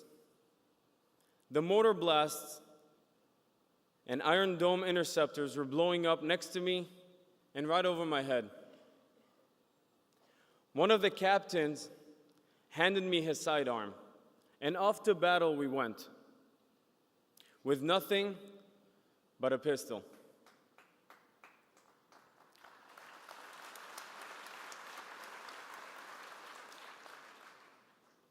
Israel may have been caught off guard, but we are always ready to defend our people. My mind could not comprehend the experience, the sights, the smells, the sounds, and mainly the emotions. Thankfully, our training kicked in immediately. Even though it's been years, it was deeply engraved in my muscle memory. Special Forces training teaches you to think outside the box, to expect the unexpected, they always said. For the first time, I truly understood what that meant. We were trained to be resilient, to be resourceful, and to be comfortable with the unknown. Throughout my life, I've dedicated much time to understanding the complexities of war. I have a master's degree in Homeland Security and counterterrorism. Yet there's not a single book that describes what we had faced. Over 3,500 terrorists invading with heavy weaponry, mortars, bombs, RPGs, and AK-47s. What we lacked in weaponry, we made up for in determination, faith, and many, many brave hearts.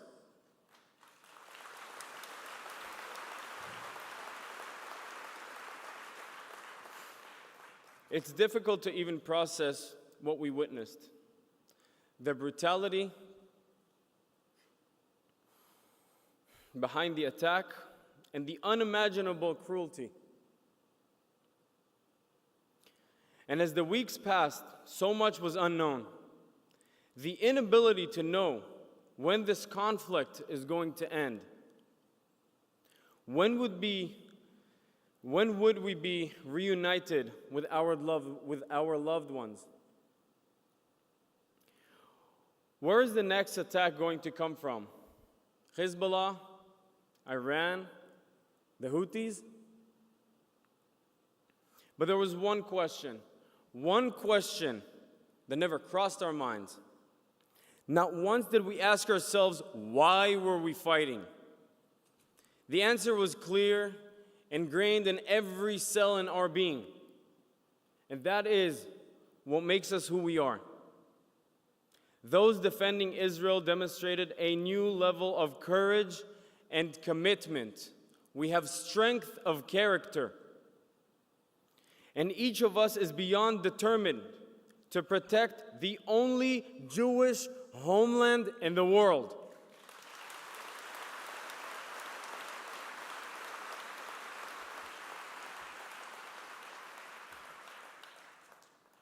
We gave our all. And for some, it cost their lives. It was an honor to have served with these men. It was an honor to serve the Jewish nation, and it is an honor to stand here before you. Together, we are strong. Together, we are the Lions of Zion. I have never been prouder to wear this uniform. Am Yisrael Chai.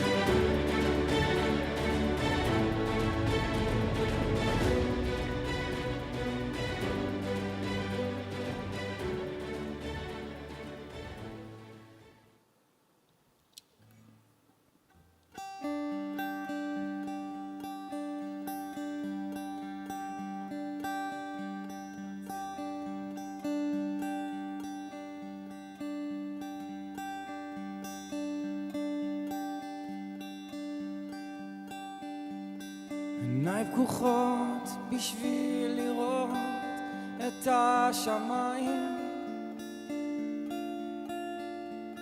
בשביל לראות כחול של ים, ירוק של נץ, בלי לשמוע מנגינות יפות כמו פעם, מבלי לראות את הדברים כמו שהם.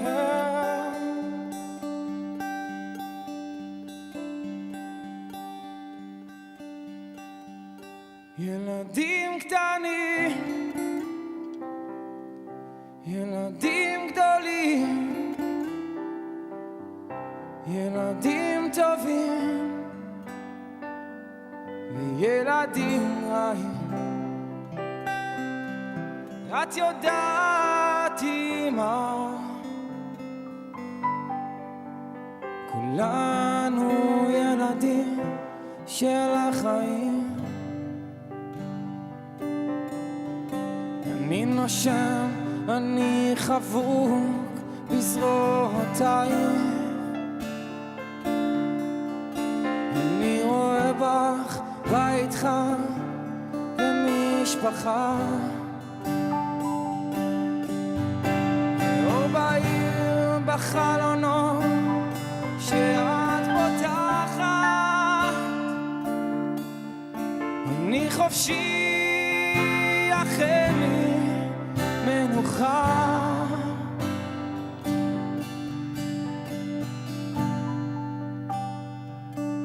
ילדים קטנים, ילדים גדולים, ילדים טובים, ילדים רעים. את יודעת אמא,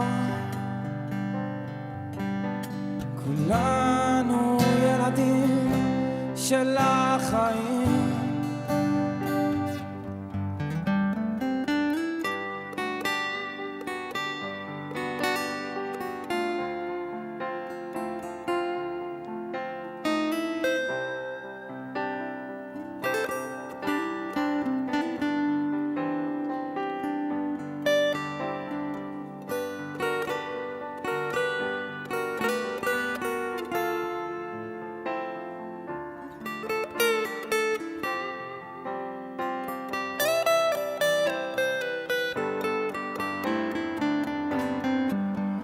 הרופא כבר מדבר על סוף הדרך,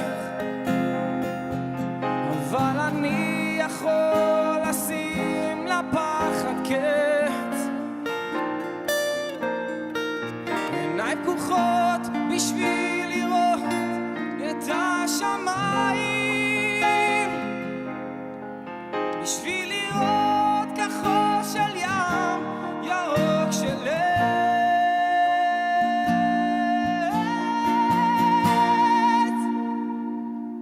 ילדים קטנים, ילדים גדלים, ילדים טובים וילדים רעים. את יודעת אמא, כולנו ילדים של החיים. כולנו ילדים של החיים.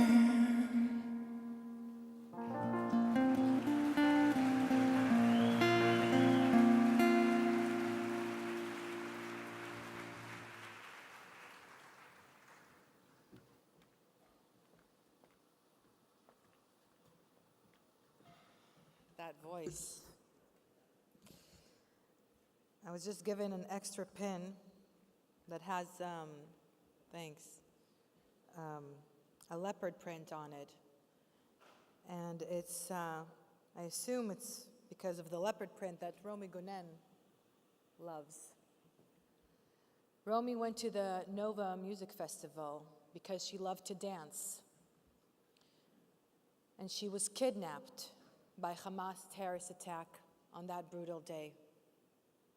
And she remains in Gaza till this day. Romy Gunen's family has been waiting for 365 days for her to come back. Romy turned 24 last August. The pain of her father, Eitan Gunen, is unimaginable, yet his resilient spirit continues to inspire us all. We're so honored to have you tonight, Eitan. Please join us.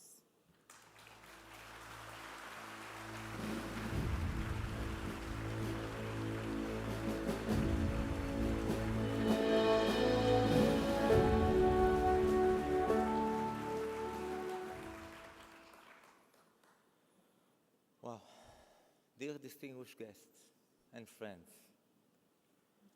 There will be no victory over light, there will be no victory of the light over the darkness until we stand for the simple truth that instead of fighting the darkness, we must increase the light.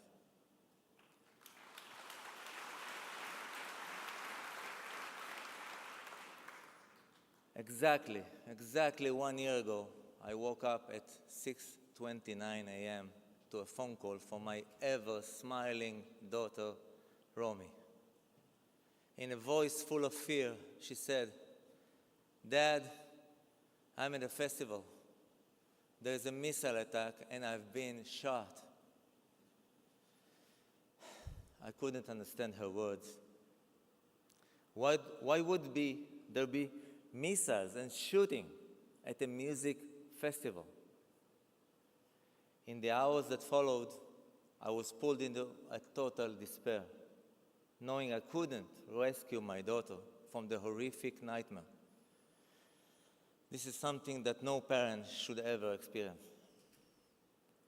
The moment I realized the full gravity of what was happening, that my child was shot, badly injured, and brutally taken away by Hamas terrorists, is a moment I relive every single day. Every hour, more than 8,800 hours.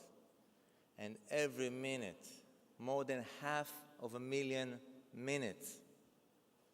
And every second of this past year, and we count every second. But Romy is a fighter. She's been fighting for her life, for herself, and for the other hostages. And we, her family, have been fighting for her. That's why I'm here tonight, because no parent should have to experience the nightmare we, the hostage families, are going through. No society can function when children go to a music festival only to be tortured, murdered, or kidnapped. And no country should live under the constant threat of genocidal terrorism.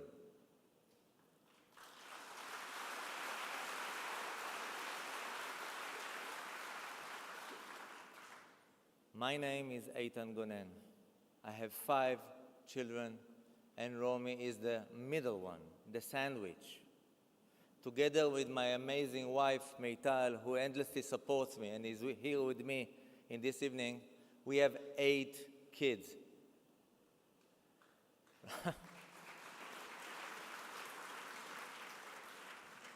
Romy is a child of freedom and happiness, loved by her family and countless, gentlemen and ladies, countless friends.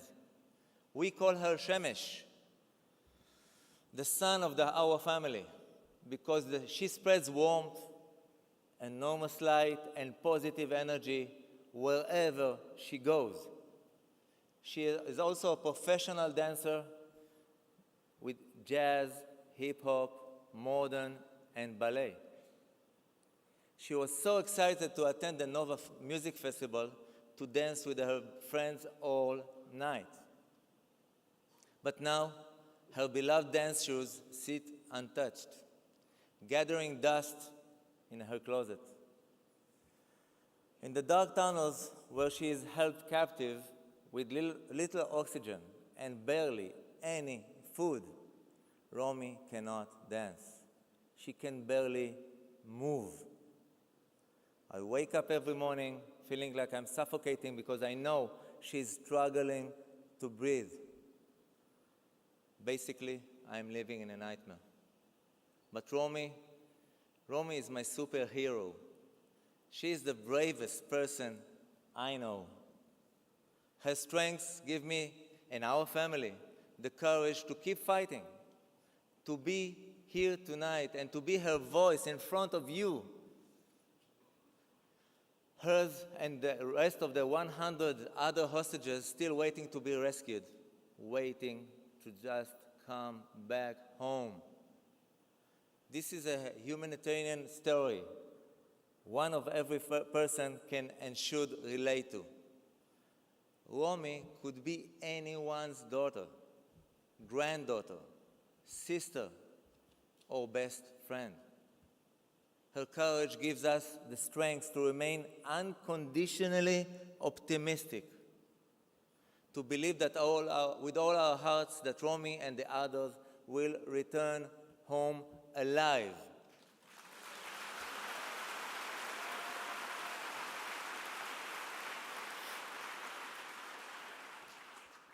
I say this, but we are so tired of seeing her beautiful face on banners, T-shirts, or stickers.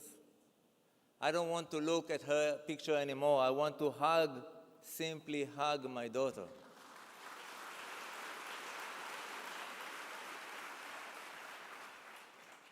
I miss her so much. I want to hold her tight and just to see her dance again. 2 years ago, I turned 54 in October. Yes, October again. And Romy, who loves birthdays, flew all the way back from South America just to surprise me. Last October, well, we all know what happened. This October, 2 weeks from now, on my 56th birthday, I have only one wish. In the end, the responsibility of Romy's return lies in the hands of the decision makers.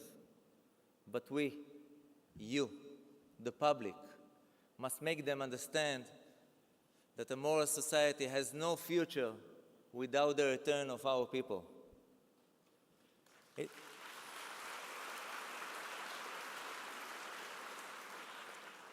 It is necessary for every person to know and understand that a candle burns within him, and his own candle is not like his friend's candle.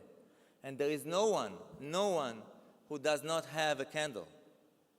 And it is necessary for every person to know and understand that he must labor and reveal the light of the candle to many, to light it into a great flame and illuminate the whole world.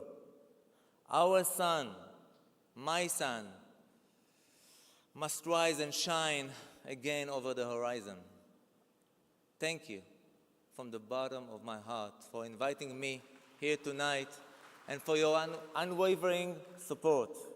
I ask each and every one of you to learn the names, to know the stories, and raise your voices for the hostages.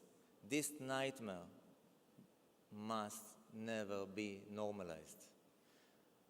Romy will return home alive. Thank you.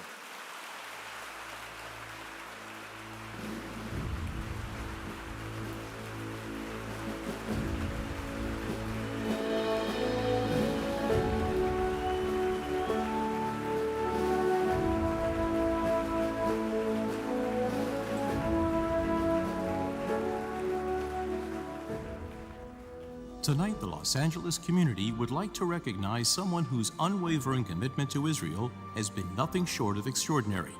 Scooter Braun, a renowned leader in the music industry, has used his platform to courageously speak out, to educate, and to help mend hearts in the face of unimaginable tragedy. One of the visionaries and driving forces behind the Nova Festival exhibition, Scooter has helped thousands of people bear witness to the devastation of October 7th. Scooter effectively centers the exhibition on our collective humanity, the celebration of music, and the pursuit of joy against forces of destruction. The exhibition not only memorializes those who were brutally murdered, but carries an equally powerful message of hope that even in the face of unimaginable darkness, we will dance again. As we gather here tonight, we honor Scooter Braun with our Community Impact Recognition for his tireless advocacy, for helping the world see and feel the human side of this tragedy, and for bringing our people a renewed sense of hope and resilience through the universal language of music. Ladies and gentlemen, please welcome to the stage, Scooter Braun.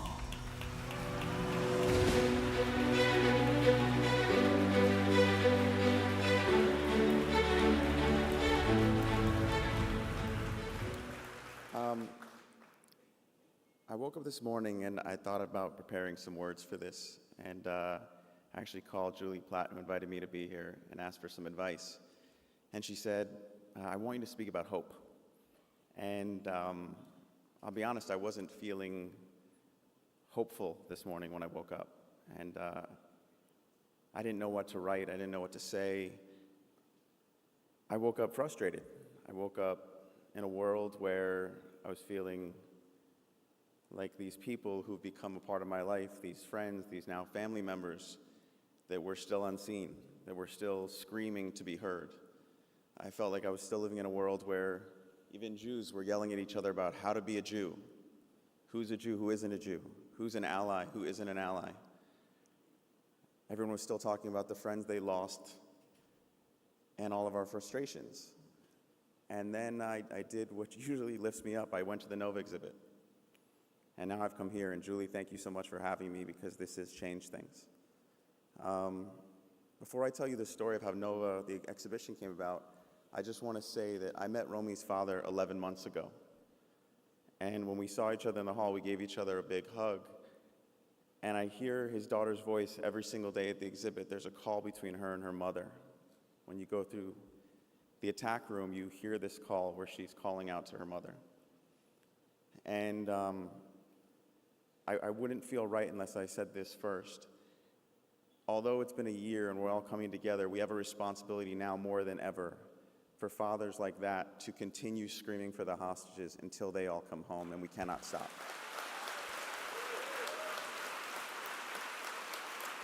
So in his honor, he said to me, he said he needed it his way. It's not the tss, he told me.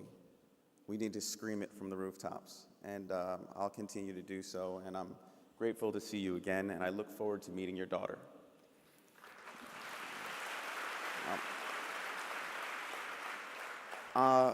My children go to school here in Los Angeles. And on October 7th, I made the mistake of looking at the phone right before I went to bed.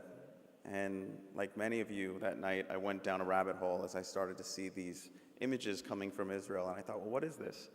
And when I was planning on going to bed early, I ended up staying up all night watching kids running in a field and missiles coming down and people showing up in streets and getting shot. And I just couldn't understand what I was seeing. And the next morning I woke up and I went to a carnival for my kids for their school. And I mentioned to people, did you see this thing in Israel? And we had a joyous time at the carnival, but I knew something was different. And after that, life changed. And as I tell this story, I still feel strange because there are real heroes in this room, people who've come up on this stage before me, who live this conflict day in and day out. And I had the privilege of experiencing it from Los Angeles, that my horror was from here. But then the next day I thought, as the grandson of two Holocaust survivors, my grandmother was in Auschwitz and my grandfather was in Dachau, I thought, well, this will be different because it's all right there. People will understand. The terrorists broadcasted it. They put it all on Telegram. They put it all on the internet for everyone to see. No one will question this. And within 24 hours, all the questions began and all the criticism began. And I honestly thought, I'm the wrong Jew. I'm not the right person to speak on this right now. And after a few days, I just couldn't believe that so few were staying silent. So many were staying silent. So few were speaking out. And I started to post on social media. I started to talk to friends. I started to speak out to my own industry. Because this story became very personal, not only as a grandchild of Holocaust survivors and a Jew, but as the manager of Ariana Grande in 2017, when a terrorist attack took place in Manchester. And 22 people were killed at a show that I helped produce. And a suicide bomber waited for mothers and fathers and children and fans to come out into the lobby. And when the most amount of people were out there, he blew himself up. And 22 people were killed. And no one yelled, "Is he a freedom fighter?" They just said, kids dying at a music event is wrong. And 2 weeks later, we came back to Manchester and we did a show called One Love Manchester. And the entire world and the entire industry rallied around us. And everyone agreed that that was wrong. that a massacre at a music event is absolutely wrong. Yet on October 7th, over 400 music lovers and 40 more were taken hostage at the Nova Music Festival. It's the largest music massacre in history, and so many were staying silent. So it was very much hitting home, and I decided I needed to do something. So in December, with my brother Sam, who's here tonight, we teamed up with a friend named Joe Teplo and my father, and we got on a plane and we went to Israel. And I thought, with the social media following I still had from 23 years managing some of the biggest artists in the world, maybe I could tell the story, show the humanity of these people. And on the first day we landed, and within 45 minutes we were at Kibbutz Be'eri. And we spent that day going to different kibbutzes, and we saw and smelled things that no human being should ever experience. The blood was still fresh. And on the third day, we went to the Nova Field, and then we went to a Nova Healing Camp. And for those of you who don't understand, this community, this Nova community, came together, and they started providing therapy and songwriting and singing and dancing for these survivors, for their friends. And I saw these 19 to 28-year-old kids singing and dancing and crying together, and it was the first time since arriving in Israel that I became incredibly angry. I thought, why should our show in Manchester get the representation around the world in the anguish and the outcry that it got, and all of these kids, everyone's silent? And one of them said, would you like tomorrow to come with me to the Nova exhibit in Tel Aviv? His name was Tomer. He was 21.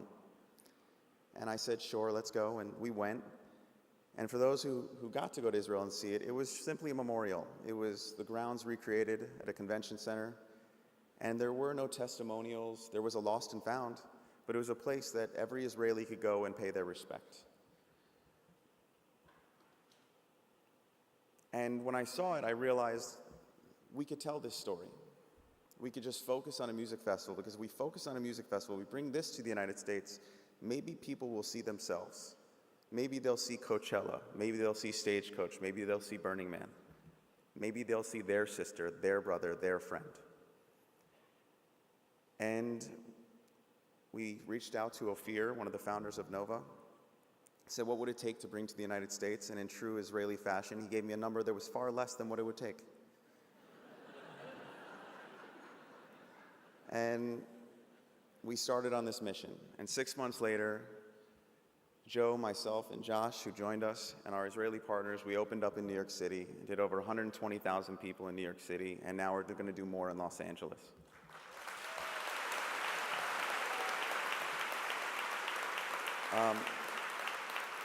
The reason I love that place is because it is not a place just for the Jewish community. It's for all people. It's a humanity issue. And the other day, someone stopped me and said, thank you for what you're doing for the Jewish community here. And I said, no, this is not for the Jewish community. This is for all of humanity. This affects every single one of us. And I'm also proud to say that the majority of the people coming in Los Angeles are not Jews. So I want to leave you guys with a few stories. I'll do one, so I'll leave. Julie's looking at me like, hurry up, I got you. I know. When I didn't know what to say today, I asked one of the survivors, and her name's Noah, and she said to me, you know, my mother used to tell me that it takes one word to hate and 100 words to explain love. And I think that's what we're doing here. We're choosing to use more of our words, more of our time, and continue to fight. And every single time I go to that place, we bring delegations of survivors, and I've never heard them once, even though they have every right to hate everyone in the world and all of humanity, they always talk about we will dance again. They always talk about coming together, about peace, about a better world. And while I woke up frustrated, I realized I didn't really have that right. My year wasn't that hard, not compared to fathers like the one you just heard speak, not compared to these kids who lived through this. And although I was feeling unseen this morning, I realized how incredibly seen I now am thanks to October 7th and the Tribe of Nova. Because now for the rest of my life, no matter where I go, like my grandmother taught me, Ich bin a Yiddish Kind, the whole world will know I am a Jewish child.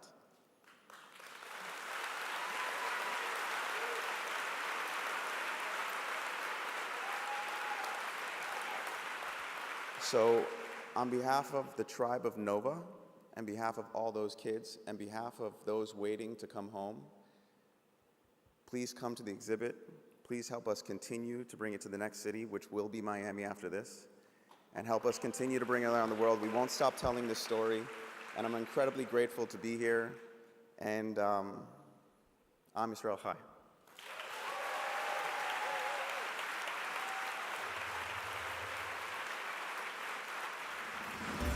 The Israeli people are the strongest people in the world. When we are united, we are invincible. We must not let darkness win. We must raise our voices together as we are tonight, and do it often, and do it proudly to stand with Israel and our people.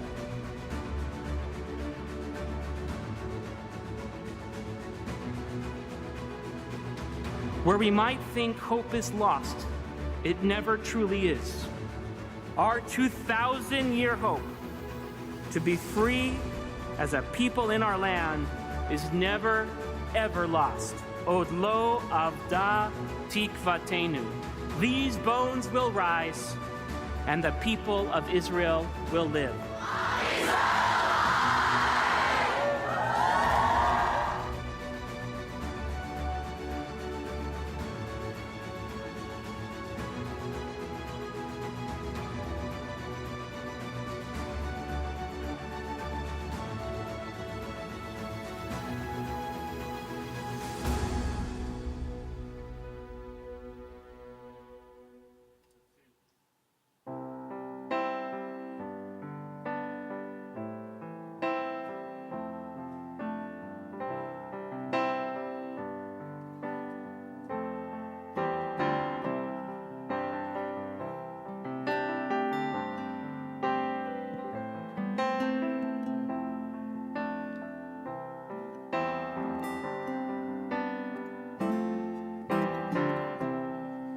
When I find myself in times of trouble, Mother Mary comes to me, speaking words of wisdom, let it be.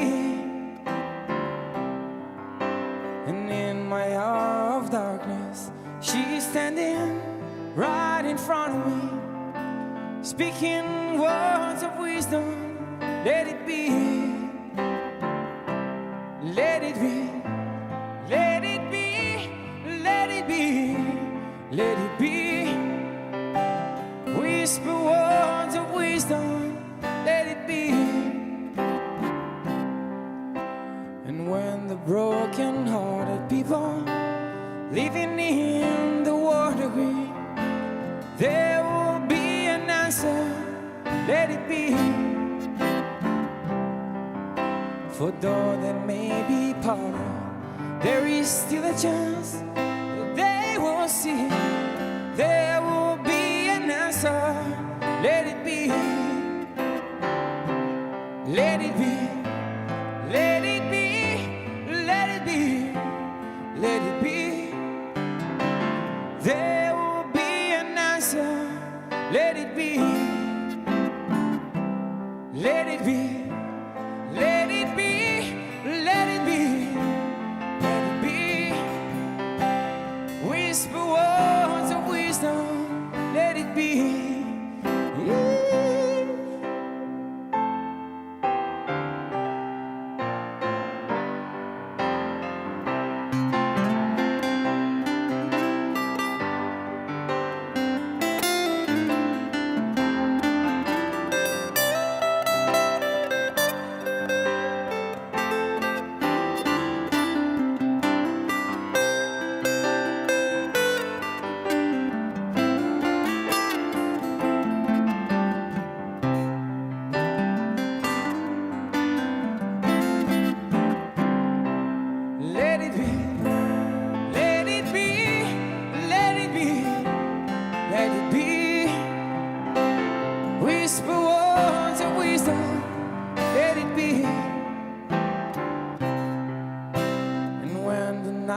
Cloudy, there is still a light that shines on me. Shine until tomorrow, let it be.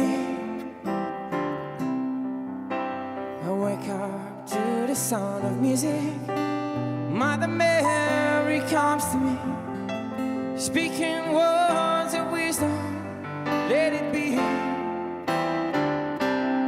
let it be, let it be, let it be, let it be. Whisper words of wisdom. Let it be, let it be, let it be, let it be, let it be. Whisper words of wisdom. Let it be.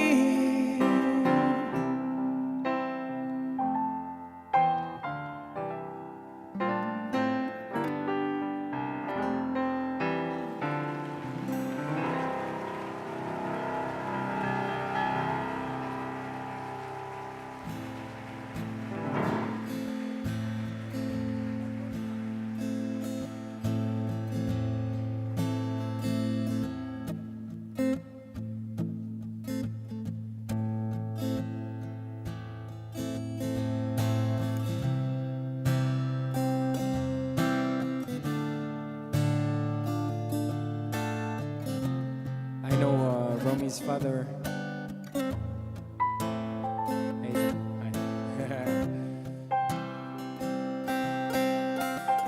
I know him, I think from December. I was in reserve in Hermon Heights.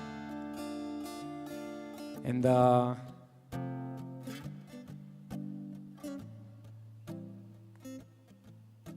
a member of my team from the army. He's the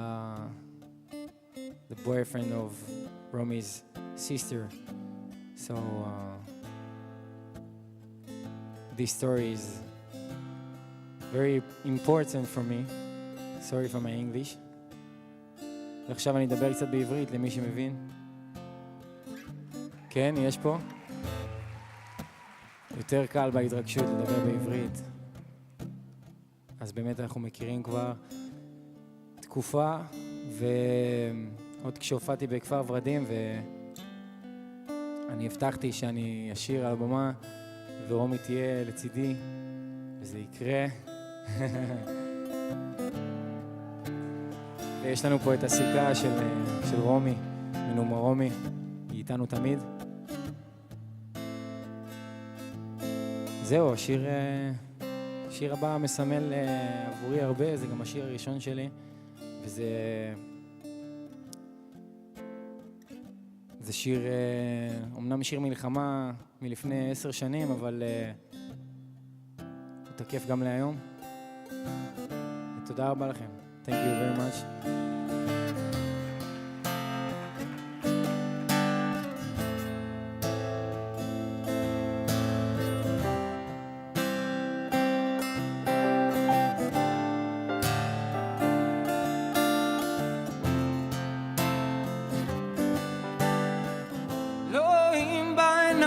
קופצים לאש, מה כבר רצינו לבקש, לקבל ולתת מה שיש, להחזיק בידיים כל יום שעובר, תמיד הוא ככה ממהר.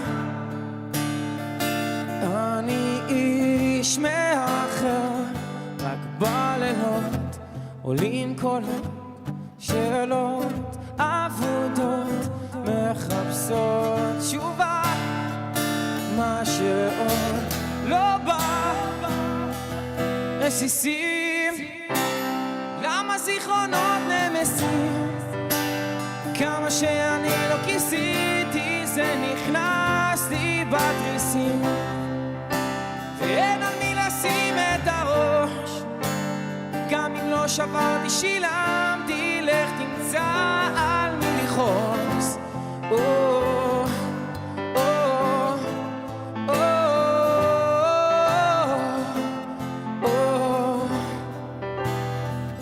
אין אוויר בשמיים, איך אפשר לנשום?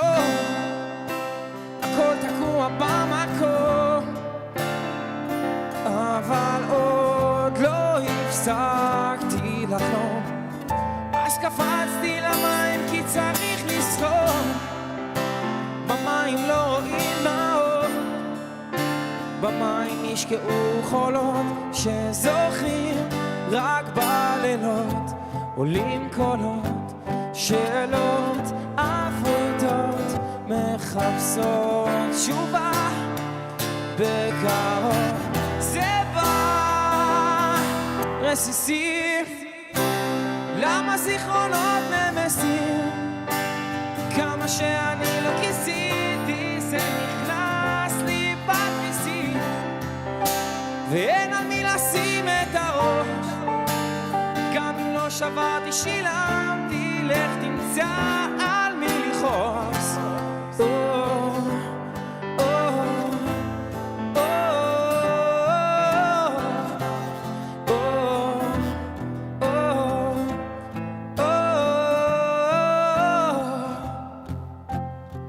שאלות אבודות מחפשות תשובה, ועכשיו זה בא.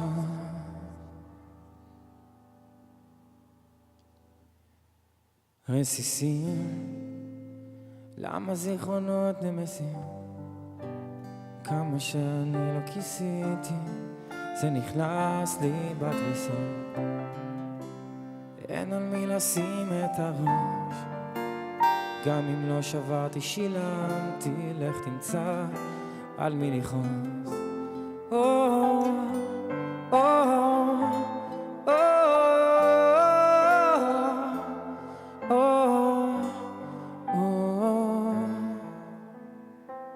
Thank you.